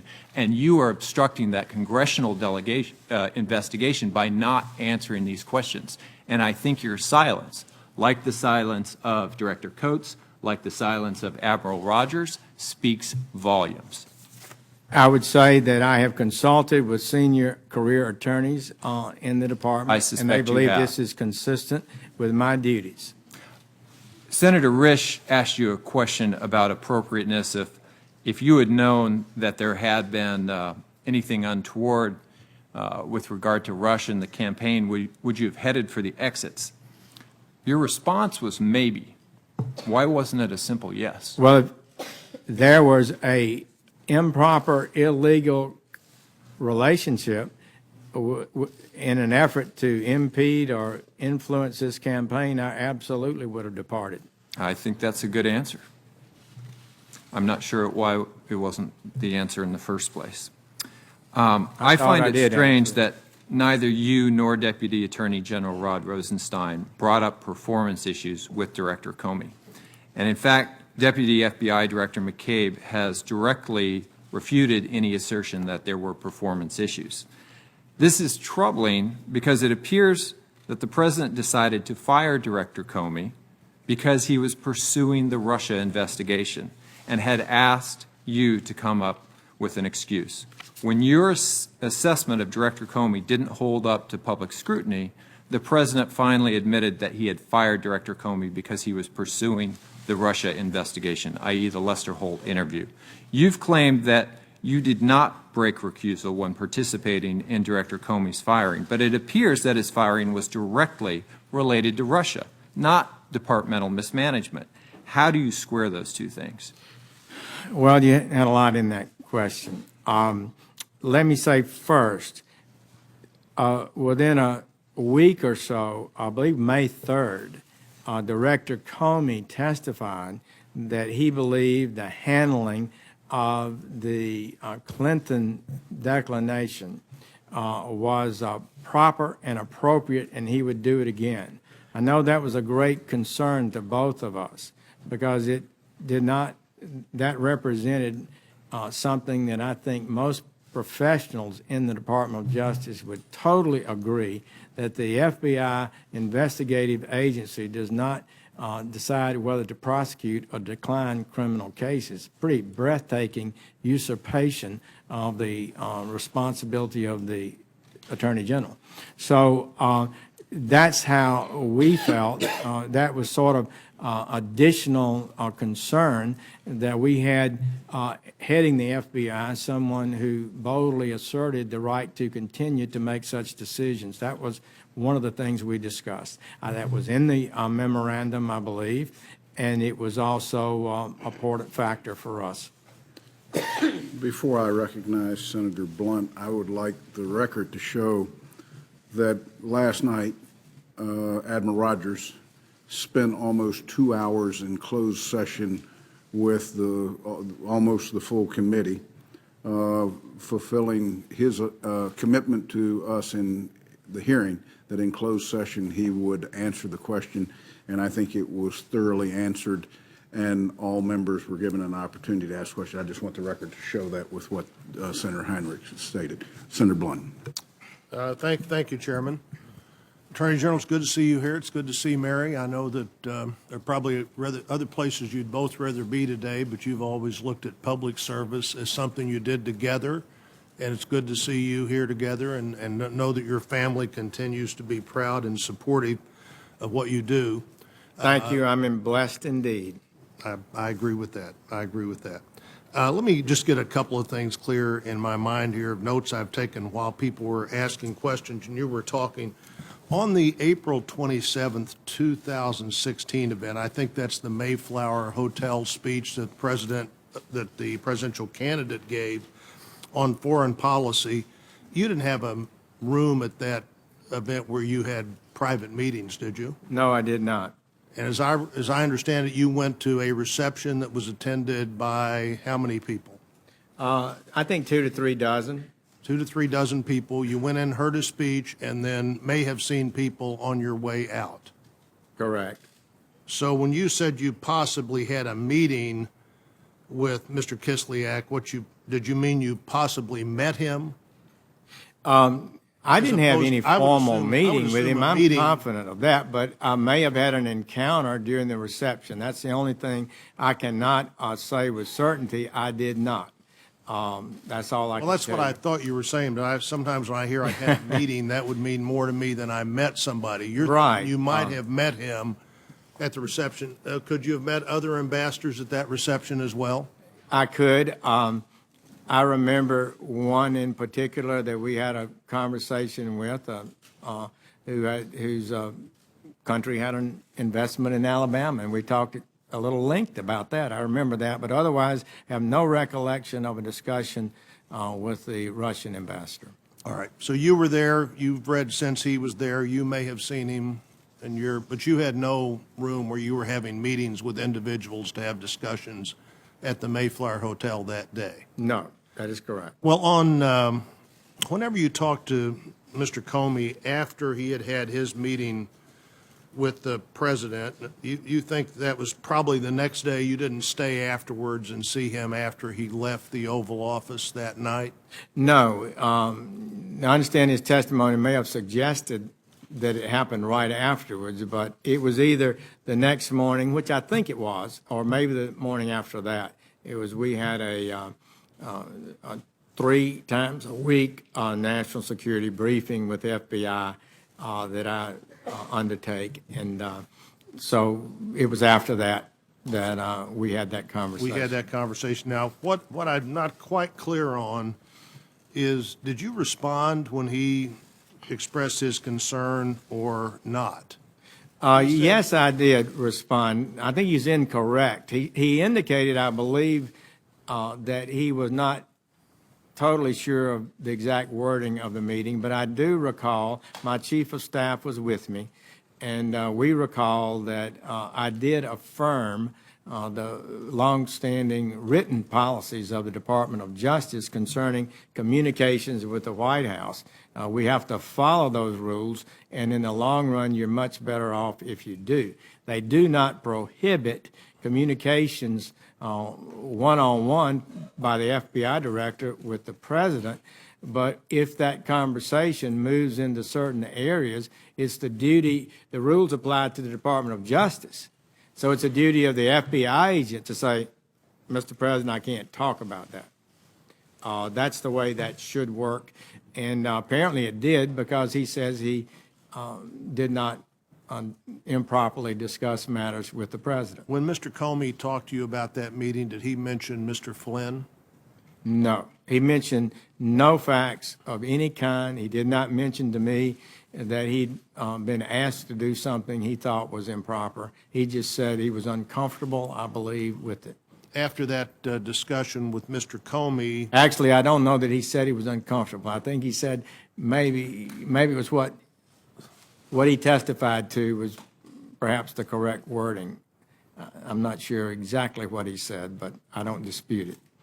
well, exactly what I what I remember him saying was that you didn't react at all and kind of shrugged, but you're saying you referred him to the normal way these meetings are supposed to be conducted. I took it as a concern that he might be asked something that was improper, and I affirmed to him his willingness to say no or not go in an improper way, improper direction.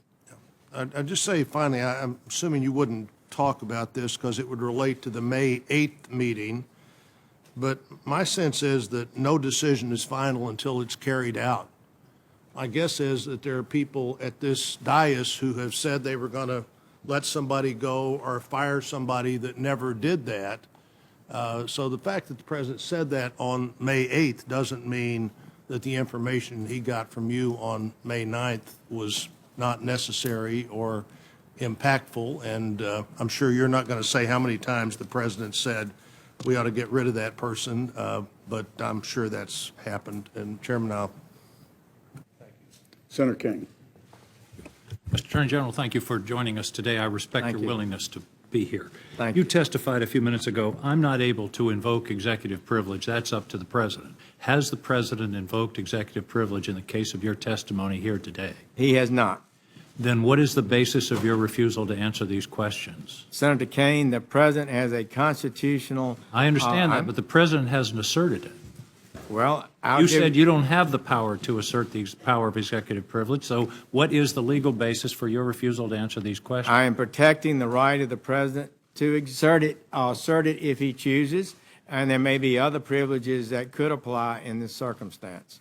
Well, I don't understand how you can have it both ways. The president can't not assert it, and you've testified that only the president can assert it, and yet I just don't understand the legal basis for your refusal to answer. Well, what we try to do, I think most cabinet officials, others that you questioned recently, officials before the committee, protect the president's right to do so. If it comes to a point where the issue is clear and there's a dispute about it, at some point, the president will either assert the privilege or not, or some other privilege would be asserted.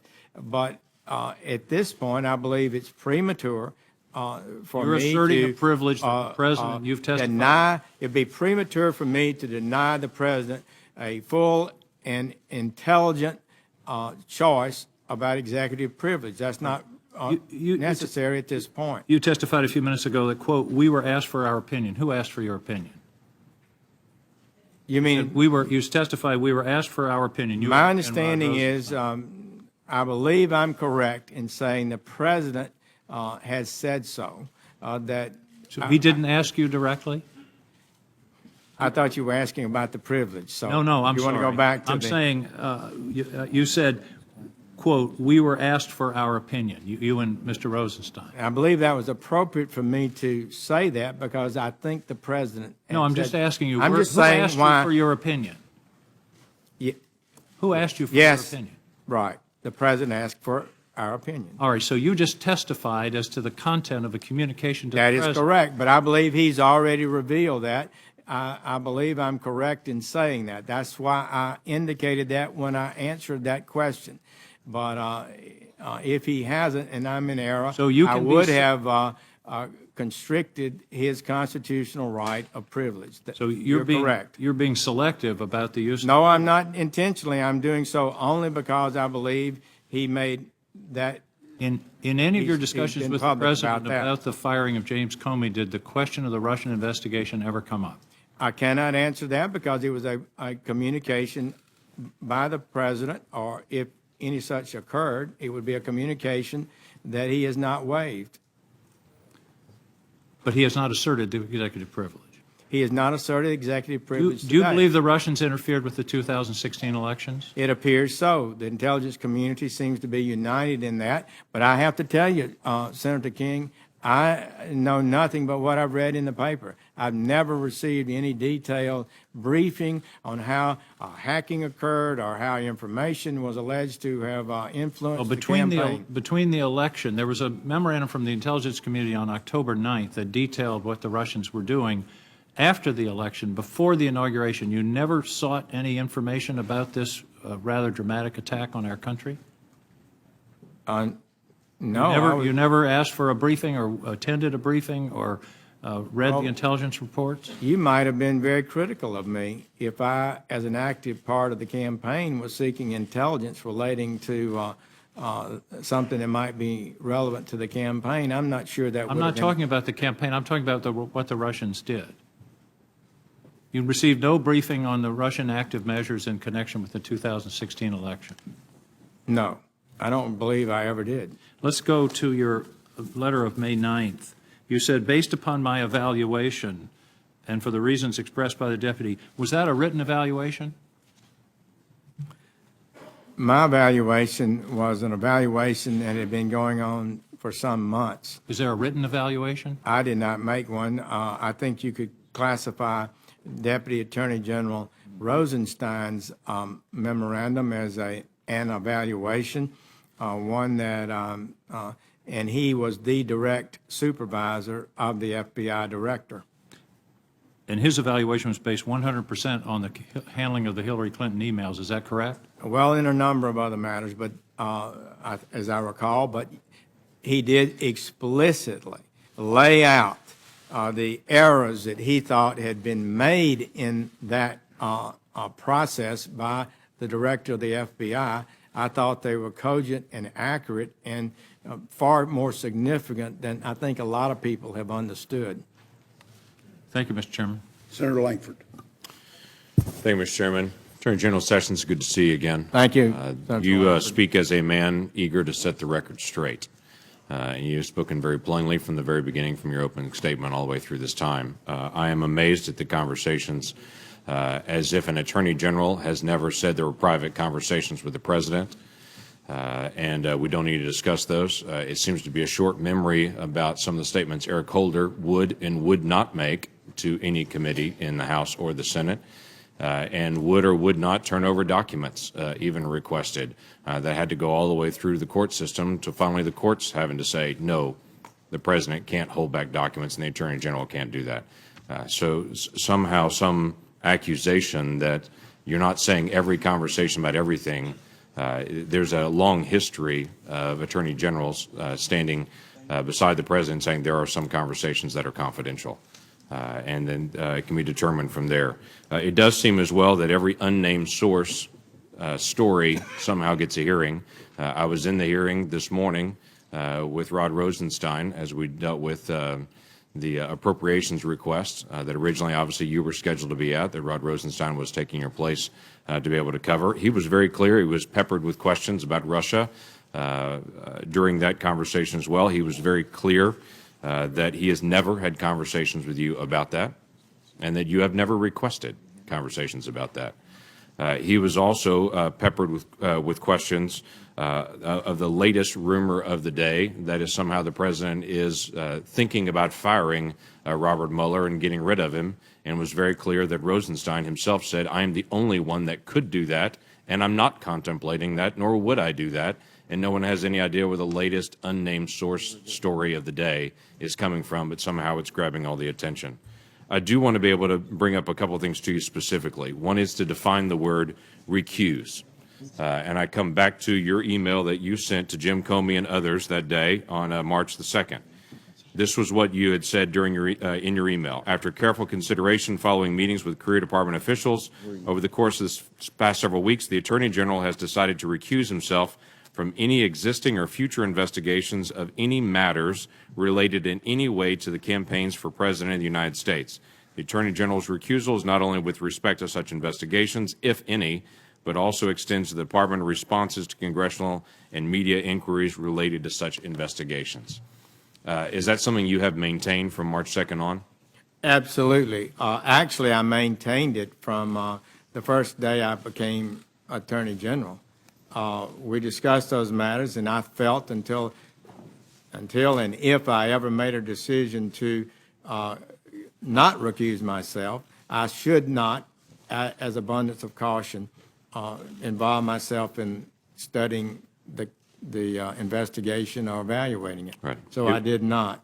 I also would note that the memorandum from my chief of staff directs these agencies, and one of the people directly it was sent to was James B. Comey, the director of the FBI, you should instruct members of your staffs not to brief the Attorney General or any other officials in the office of the Attorney General about or otherwise involve the Attorney General or other officials in the office of the Attorney General in any such matters described above. And you So have we took requested. the proper and firm and crystal clear position that the recusal meant recusal.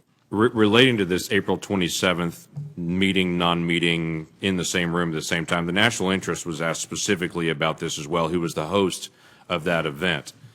They stated this in writing. As the host, the Center for National Interest decided whom to invite and then issued the invitations. The Trump campaign did not determine or approve the invitation list.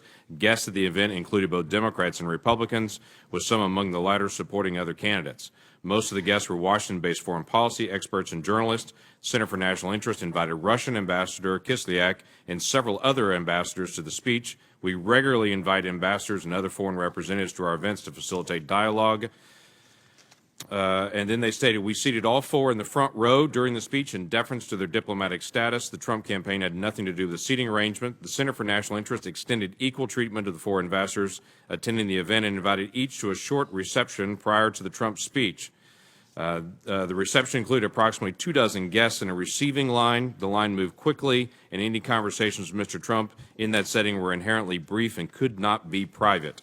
Our recollection is that the interaction between Mr. Trump and the Ambassador Kislyak was limited to polite exchange of pleasantries appropriate on such occasions. We're not aware of any conversation between Ambassador Kislyak and Senator Jeff Sessions at the reception. However, in a small group setting like this one, we consider it unlikely that anyone could have engaged in a meaningful private conversation without drawing attention from others present. Do you have any reason to disagree with that? No, I think that's a very fair description of the reception situation. I appreciate them having made that statement. Great. I yield back. Senator Manchin. Mr. Chairman, thank you. Thank you, Mr. General, for being here. It's good to see you again. Thank you, Senator Manchin. Sir, I'm going to follow up a little bit on what Senator King had asked concerning you and I are about the same vintage. We remember back in our lifetime, we've never known the Russians to be, the Russian government or the Russian military to ever be our friend, and wanting the same things we wanted, we wanted out of life. With that being said, the seriousness of this Russian hacking is very serious to me and concerning. And you're saying that you had not been briefed on that. I think it was October 9th, when it was known that the ODNI at that time, I think Mr. Clapper and also Mr. Jay Johnson, Homeland Security, made that public, what was going on. Then on December 29th, President Obama at that time expelled 35 Russian diplomats, denied access to 2 Russian-owned compounds, and he broadened the existing sanctions. Sir, I would ask, do you have any discussions at all? Have you had any discussions or sat in on any type of meetings where recommendations were made to remove those sanctions? I don't recall any such meeting. And during the time, not from the president being inaugurated on January 20th, prior to that, in the campaign, up until through the transition, was there ever any meetings that he showed any concern or consideration or just inquisitive of what the Russians were really doing and if they really done it? I don't recall any such conversation. I'm not sure I understood your question. Maybe I better listen Well, again. you were part of the national security Yeah. team, so if he would have heard something about Russia and with their capabilities and our concern about what they could do to our election process, was there ever any conversations concerning that whatsoever? I don't recall it, Senator Manchin. I know it's been asked of you, the things that, your executive privileges in protecting the president. I understand that. But also, when we had Mr. Comey here, he couldn't answer a lot of things in an open session. He agreed to go into a closed session. Would you be able to go into a closed session? Would it change your answers to us or your ability to speak more frankly on some things we would want to know? Senator Manchin, I'm not sure. The executive privilege is not waived by going in camera or in closed session. It may be that one of the concerns is that when you have a investigation ongoing, as the special counsel does, it's often very problematic to have persons not cooperating with that counsel in the conduct of the investigation, which Hopefully may or may not be a factor in going into closed session. It would be very helpful. I think the committee, there's a lot of questions they'd like to ask, and I know that you would like to answer if possible, and maybe we can check into that a little further. If I could, sir, did you have any meetings, any other meetings with Russian government officials that have not been previously disclosed? I do. I have racked my brain, and I do not believe so. Are there any other? I can assure you that none of those meetings discussed manipulating a campaign in the United States in any way, shape, or form, or any hacking, or any such ideas. I'm going to go quick through this. Are there any other meetings between Russian government officials and any other Trump campaign associates that have not been previously disclosed that you know of? I don't recall any. To the best of your knowledge, did any of the following individuals meet with Russian officials at any point during the campaign? You can just go yes or no as I go down through the list. Paul Manafort? Repeat that now. To the best of your knowledge, sir, did any of these following individuals meet with Russian officials at any point during the campaign? And you can just be a yes or no on this. Paul Manafort? I don't have any information that he had done so. He served as campaign chairman for a few months. Steve Bannon? I have no information that he did. General Michael Flynn? I don't recall it. Reince Priebus? I don't recall. Steve Miller? I don't recall him ever having such a conversation. Corey Lewandowski? I do not recall any of those individuals having any meeting with Russian officials. Carter Page? I don't know. And I would finally ask this question, because I always think we try to get, you have an innate knowledge different than anybody. There may have been some published accounts of Mr. Page talking with Russians. I'm not sure. Okay. I don't recall. As a former senator, you bring a unique, holistic perspective to this investigation, because you've been on both sides. I have indeed. If you were all sitting, in all, it's better on that side. If you were sitting on this side of the dais, okay, here Nobody gets to ask you about your private conversation with your staff. Well, here we go. Get your chance to give us some advice. If you were sitting on this side of the dais, what question would you be asking? I would be asking whether or not, I would be asking questions related to whether or not there was an impact on this election. And what part of the story do you think we're missing? By foreign power, particularly the Russians, since the intelligence community is suggested and stated that they believe they did. But I do think members of this government have offices to run. Is there a part of the story we're manage, missing? And the question should be focused on that. Yeah, is there a part of the story we're missing? I'm so sorry, Mr. Chairman. Is there a part of the story we're missing? I don't know because I'm not involved in the campaign and had no information concerning it. I have no idea at what stage it is. You members of this committee know a lot more than I. Thank you, General Sessions. General Sessions, I will assure you we are very much focused on Russia's involvement. And Doesn't seem like it. our hope is that as we complete this process, we will lay those facts out for the American people so they can make their own determinations as well. We're grateful for what you've done, Senator Cotton. Well, I am on this side of the dais, so I can say a very simple question that should be asked.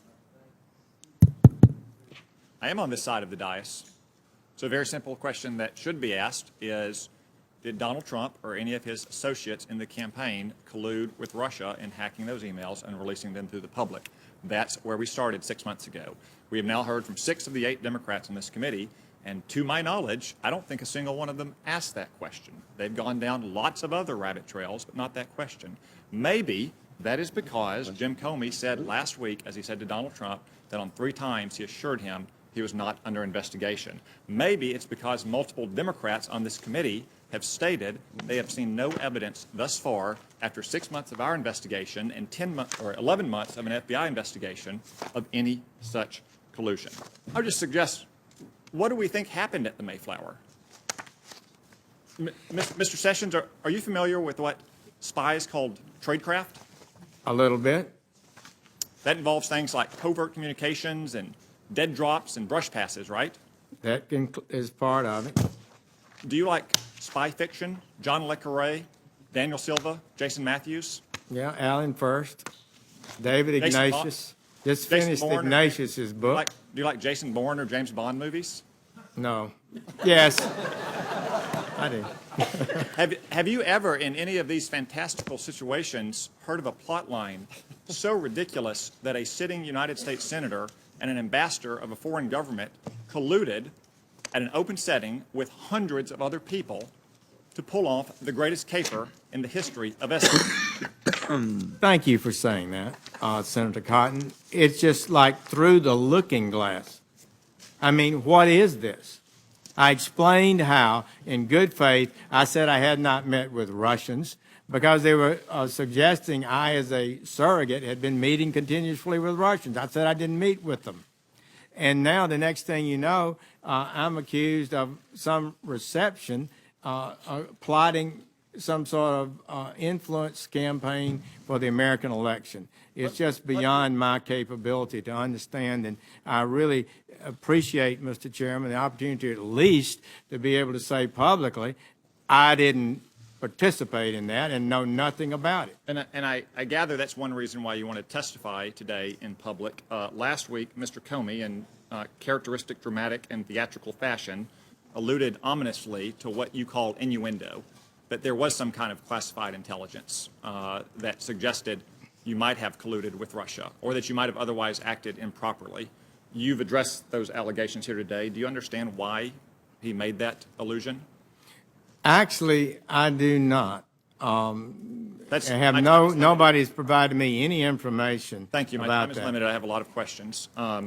Mr. Blunt asked you if you had spoken in response to Mr. Comey's statement to you after his private meeting with the President on February 14th or February 15th. You said that you did respond to Mr. Comey.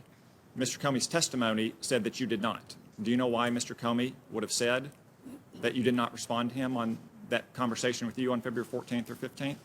I do not. It was a little conversation, not very long, but there was a conversation, and I did respond to him, perhaps not to everything he asked, but I did respond to him, I think in an appropriate way. Do you know why Mr. Comey mistrusted President Trump from their first meeting on January 6th? He stated last week that he did, but he didn't state anything from that meeting that caused him to have such mistrust, to believe it. I'm not able to speculate on that.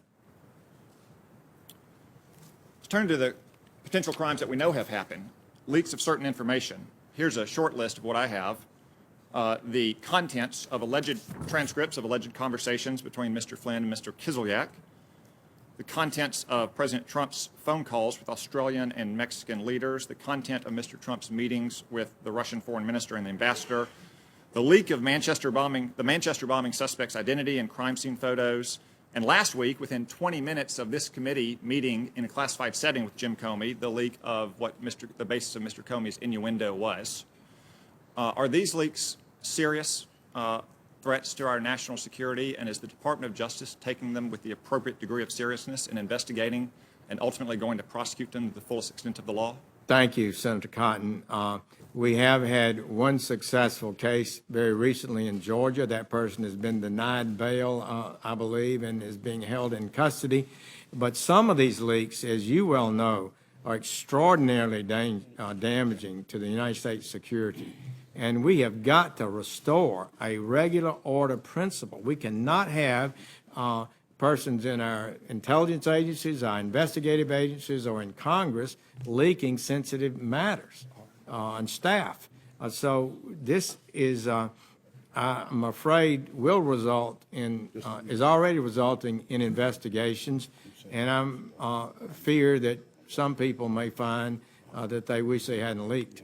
Thank you. My time has expired, but for the record, it was stated earlier that the Republican platform was weakened on the point of arms for Ukraine. That is incorrect. The platform was actually strengthened.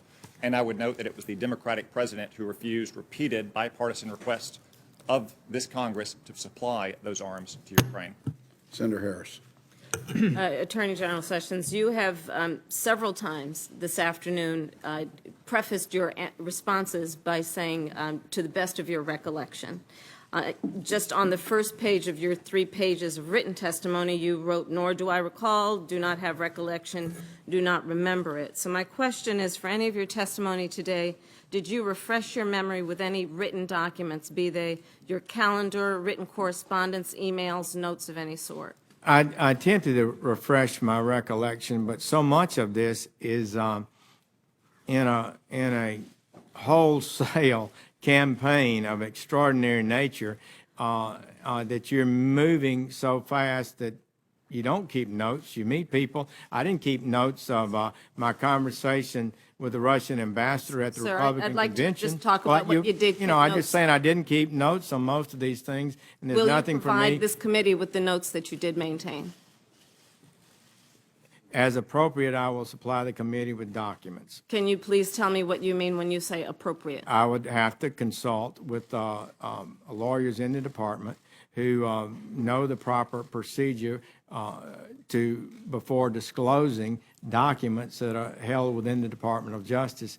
Attorney And I'm General not able Sessions. to make that opinion today. Sir, I'm sure you prepared for this hearing today, and most of the questions that have been presented to you were predictable. So my question to you is, did you then review with the lawyers of your department, if you as the top lawyer are unaware, what the law is regarding what you can share with us and what you cannot share with us, what is privileged and what is not privileged? We discussed the basic parameters of testimony. I frankly have not discussed documentary disclosure rules. Will you make a commitment to this committee that you will share any written correspondence, be they your calendars, records, notes, emails, or anything that has been reduced at any point in time in writing to this committee where legally you actually have an obligation to do so? I'll commit to reviewing the rules of the department, and as and when that issue is raised, to respond appropriately. Did you have any communications with Russian officials for any reason during the campaign that have not been disclosed in public or to this committee? I don't recall it, but I have to tell you, I cannot testify to what was said as we were standing at the Republican convention before the podium where I spoke. My question is only as it don't have a relates to your detailed knowledge. memory of that. Okay, and as it I'm relates honest to your with you. knowledge, The did best you of have my- any communication with any Russian businessmen or any Russian nationals? I don't believe I had any conversation with Russian businessmen or Russian nationals. Are you aware of any Although a lot of communications? people were at the convention, it's conceivable that somebody Sir, came I up to me. have just a few. Well, you let me qualify it. Okay. If I don't qualify it, you'll accuse me of lying. So I need to be correct as best I can. I do want you to be And I'm honest. not able to be rushed this fast. It makes me nervous. Are you aware of any communications with other Trump campaign officials and associates that they had with Russian officials or any Russian nationals? I don't recall that And are you aware of at this moment. Are you aware of any communications with any Trump officials, or did you have any communications with any officials about Russia or Russian interests in the United States before January 20th? No, I may have had some conversations, and I think I did, with the general strategic concept of the possibility of whether or not Russia and the United States could get on a more harmonious relationship and move off the hostility. The Soviet Union did, in fact, collapse.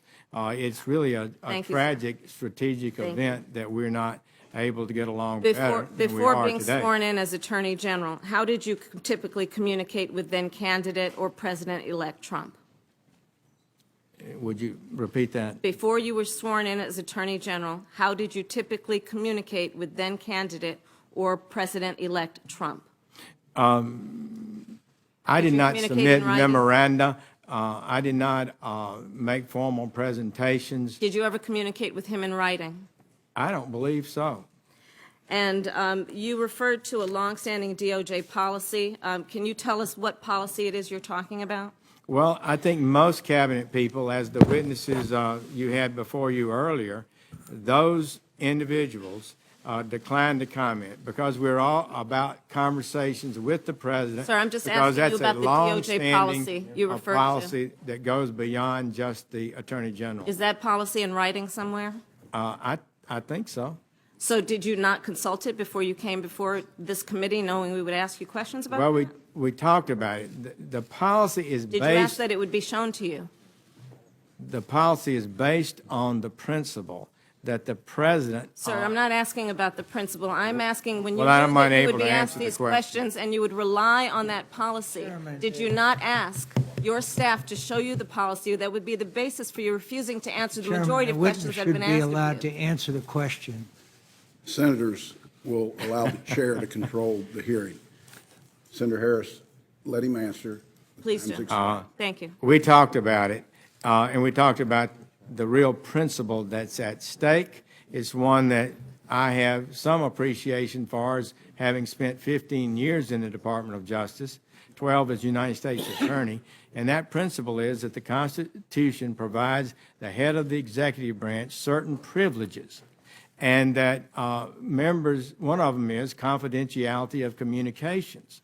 And it is improper for agents of any department any departments in the executive branch to waive that privilege without a clear approval Mr. Chairman, of the president. I have asked And that's the Mr. situation we're Sessions in. for a yes or no. Did you ask So your the staff answer to is see yes, the I policy? consulted.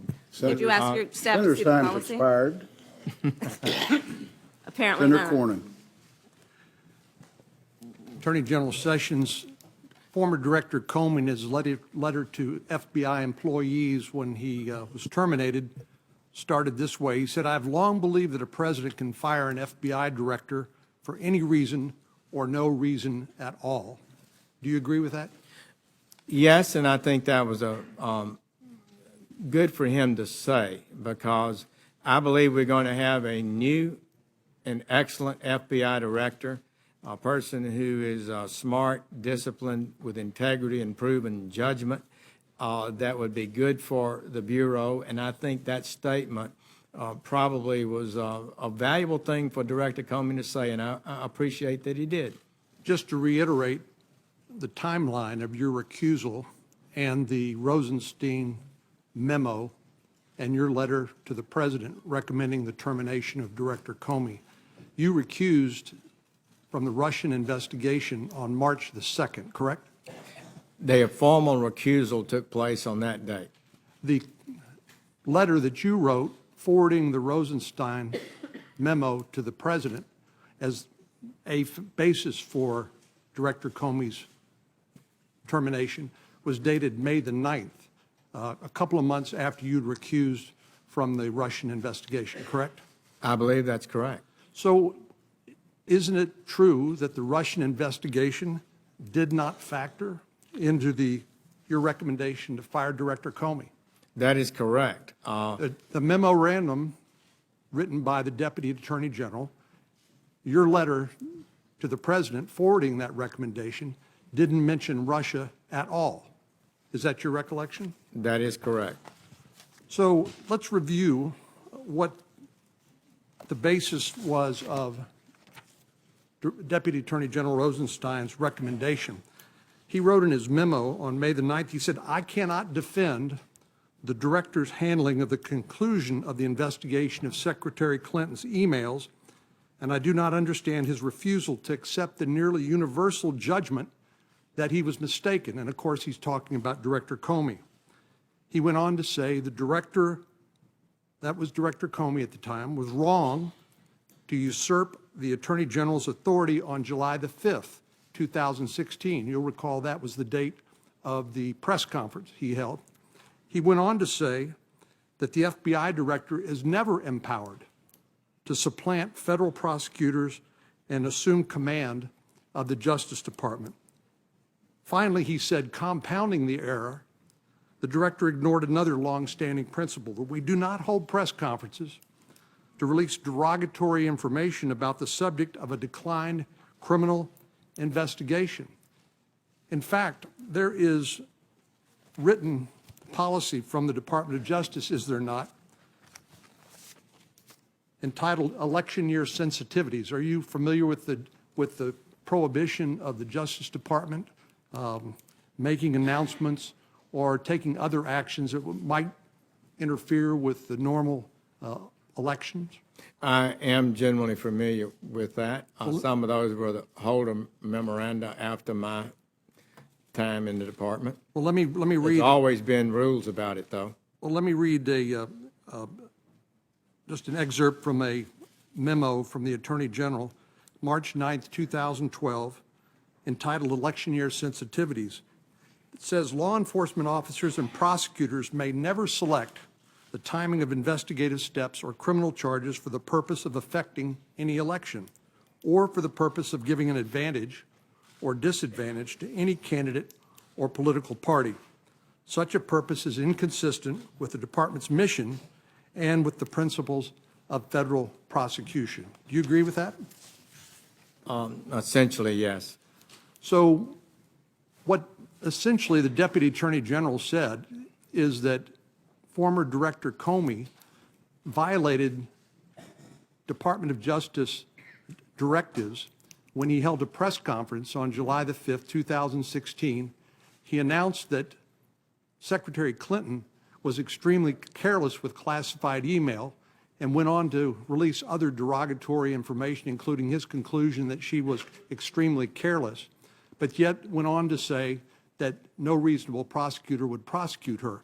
That is not the role of the FBI director, is it? That is a job for the prosecutors at the Department of Justice. That's what was meant by Deputy Attorney General Rosenstein when he said that Director Comey usurped the role of the Department of Justice prosecutors. Is that right? That is correct. And former Attorney General Bill Barr wrote an op-ed recently in which he said he had assumed that Attorney General Lynch had urged Mr. Comey to make this announcement so she wouldn't have to do it.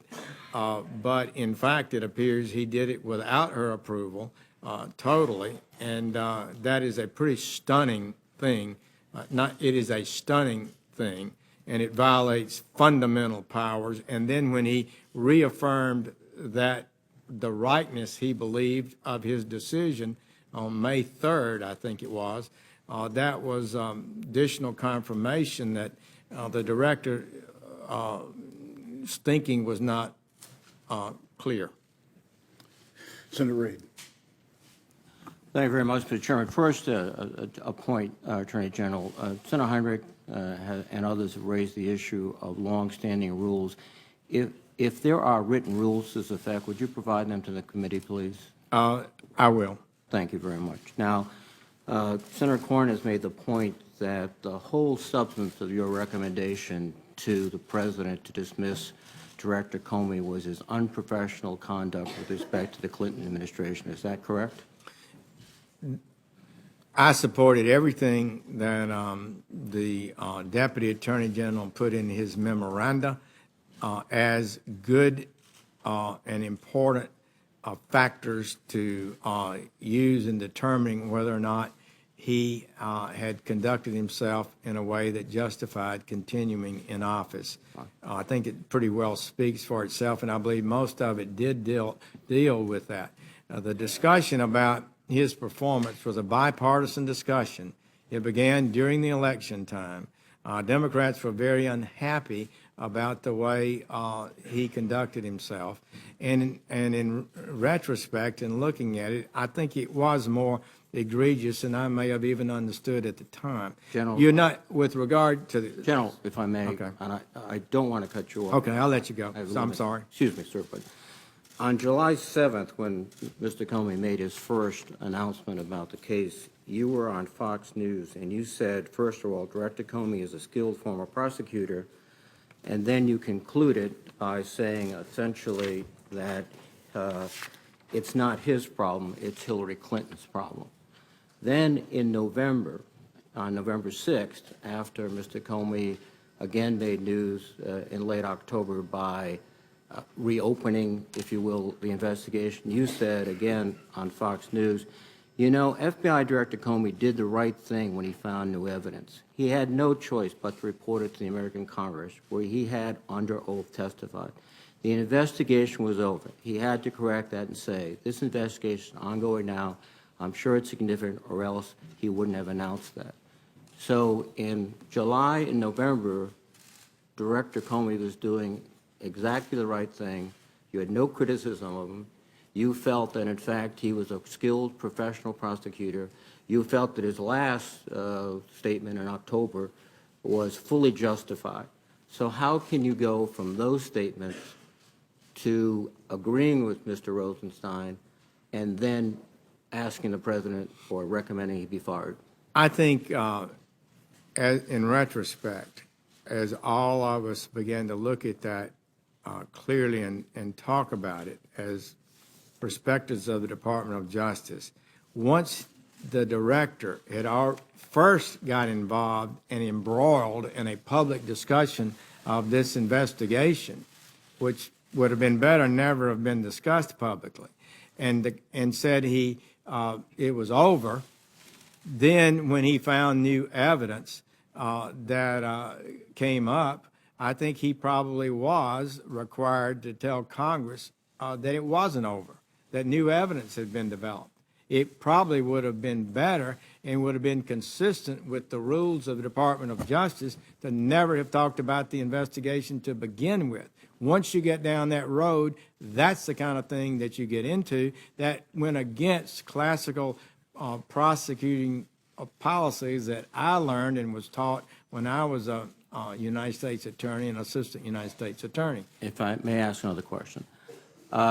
Your whole premise in recommending to the president was the actions in October involving Secretary of State Clinton, the whole Clinton controversy. Did you feel misled when the president announced that his real reason for dismissing Mr. Comey was the Russian investigation? I'm not able to characterize that fact. I wouldn't try to comment on that. So you had no inkling that there was anything to do with Russia until the President of the United States basically declared it not only on TV, but in the Oval Office to the Russian foreign minister saying, the pressure's off now, I got rid of that nut job. That came to you as a complete surprise. Well, all I can say is, Senator Reid, that our recommendation was put in writing, and I believe it was correct. And I believe the president valued it, but how he made his decision was his. And you had process. no inkling that he was considering the Russian investigation? Well, I'm not going to try to guess what I thought. No, that's fair. There is a scenario in which this whole recapitulation of Clinton was a story, basically, a cover story that the president sort of tried to put out and that he quickly abandoned. And his real reason was a Russian investigation, which, if had been the case, I would suspect you, in principle, would have reclused yourself from any involvement. So, thank you. Senator McCain. Over the last few weeks, the administration has characterized your previously undisclosed meetings with Russian Ambassador Kislyak as meetings you took in your official capacity as a U.S. Senator and a member of the Senate Armed Services Committee. As chairman of that committee, let me ask you a few questions about that. At these meetings, did you raise concerns about Russian invasion of Ukraine or annexation of Crimea? I did, Senator McCain, and I would like to follow up a little bit on that. That's one of the meetings that's one of the issues that I recall explicitly. The day before my meeting with the Russian ambassador, I'd met with the Ukrainian ambassador, and I heard his concerns about Russia.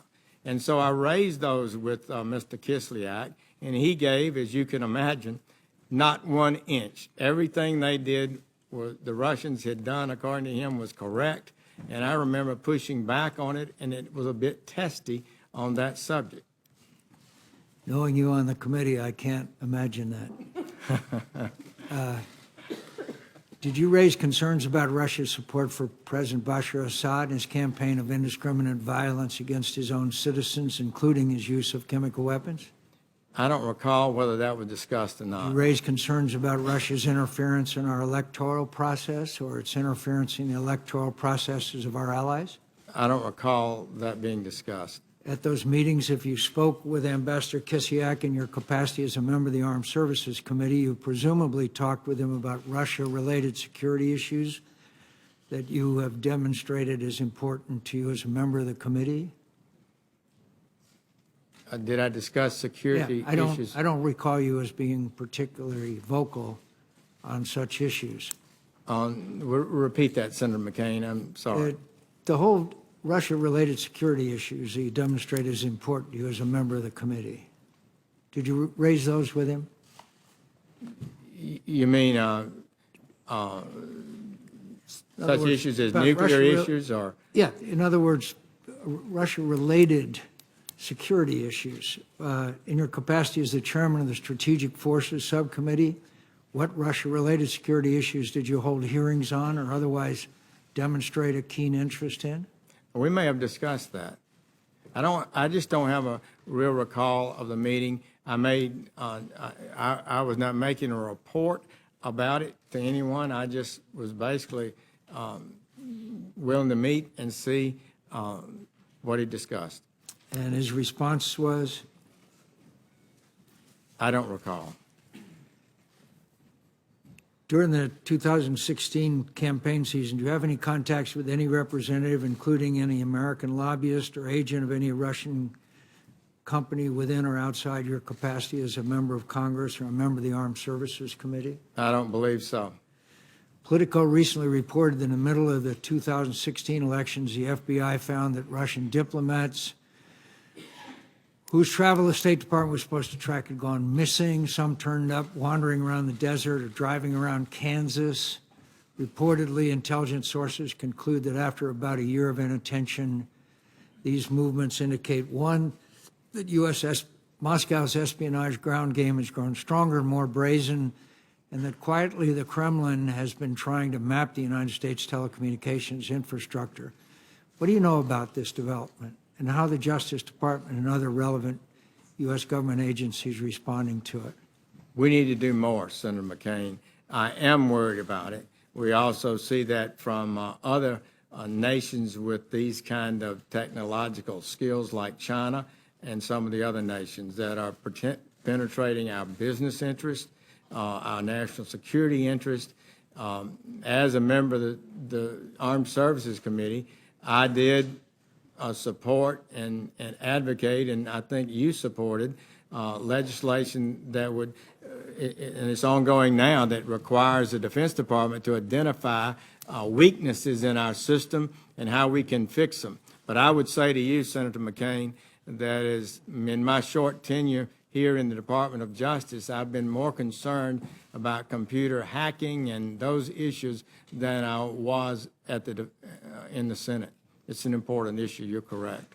The Washington Post reported yesterday Russia has developed a cyber weapon that can disrupt the United States power grids and telecommunications infrastructure. This weapon is similar to what Russia or Russian allied hackers used to disrupt Ukraine's electrical grid in 2015. Can you discuss a little bit in open session how serious that is? I don't believe I can discuss the technological issues, just to say that it is very disturbing that the Russians continue to push hostile actions in their foreign policy, and is not good for the United States or the world or Russia, in my opinion. Do you believe we have a strategy in order to counter these ever-increasing threats to our national security and our way of life? Not sufficiently. We do not have a sufficient strategy dealing with technological and IT penetrations of our system. I truly believe it's more important than I ever did before, and I appreciate your concern and leadership on that issue. And in fact, all of Congress is going to have to do better. Senator's time's expired. Chair would recognize the Vice Chair. Thank you, Mr. Chairman, and General Sessions, thank you. I particularly appreciate your last comments with Senator McCain about the seriousness of this threat, and it's why so many of us on this committee are concerned when the whole question of Russian intervention The president continues to refer to it as a witch hunt and fake news, and there doesn't seem to be a recognition of the seriousness of this threat. I share, I think most members do, the consensus that the Russians massively interfered. They want to continue to interfere, not to favor one party or another, but to favor their own interests. And it is of enormous concern that we have to hear from the administration how they're going to take that on. I also believe comments have been made here about where we head in terms of some of the Trump associates who may have had contacts with Russians. Candidly, we've not gotten to all of that yet because of the unprecedented firing of the FBI director that was leading this very same Russia investigation that superseded some of our activities. So those members who I hope will equally pursue the very troubling amount of smoke, at least, that's out there between individuals that were affiliated with the Trump campaign, possible ties with Russians. I've not reached any conclusion, but we've got to pursue that. Final comment, I understand your point, but you have to, there were a series of comments made by Mr. Comey last week. I think members on this side of the aisle have indicated understand executive privilege, understand classified setting. I do think we need, as Senator Reid indicated and Senator Harris and others, if there are these long-standing written procedures about this ability to have some other category to protect the conversations with the president, we'd like to get a look at them, because we need to find out, in light of some of the contradictions between today and last week, where this all heads. At the end of the day, this is not only, let me restate what I said the last time, this is not about relitigating 2016. It is about finding out what happened, about some of the serious allegations about potential ties, but on a going forward basis, making sure that the Russians who are not finished in terms of their activities didn't end in the election day of 2016. We know that is ongoing, and we have to be better prepared on a going forward basis. Thank you, Mr. Chairman. Thank you, Vice Chairman. Mr. Chairman, one brief comment, if you mind. I do want to say that a change at the top of the FBI should have no impact whatsoever on the investigation. Those teams have been working, and they'll continue to work, and they've not been altered in any way. But there were a number of very strange comments that Mr. Comey testified last week that you could have, I believe, shed some light on. But we'll continue. Thank you, sir. General Sessions, thank you again for your willingness to be here. Not sure that you knew it, but your replacement sat through most of this hearing, Luther Strange. He's made us regret that we don't have intramural basketball teams in 6'9". Big Luther is a good round ball player at Tulane. You've been asked a wide range of questions, and I think you've answered things related to claims about the meeting at the Mayflower. You've answered questions that surround the reasons of your recusal and the fact that you had never been briefed since day one on the investigation, that you made clear that you can't think of any other conversations that you've had with Russian officials. You've covered in detail the conversation that you had, though brief, with Director Comey that he referenced to after his private meeting with the president, just to name a few things that I think you've helped us to clear up. There were several questions that you chose not to answer because of confidentiality with the president.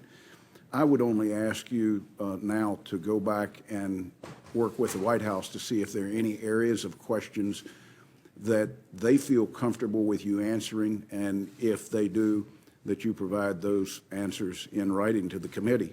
I would also be remiss if I didn't remind you that those documents that you can provide for the committee, they would be helpful to us for the purposes of sorting timelines out.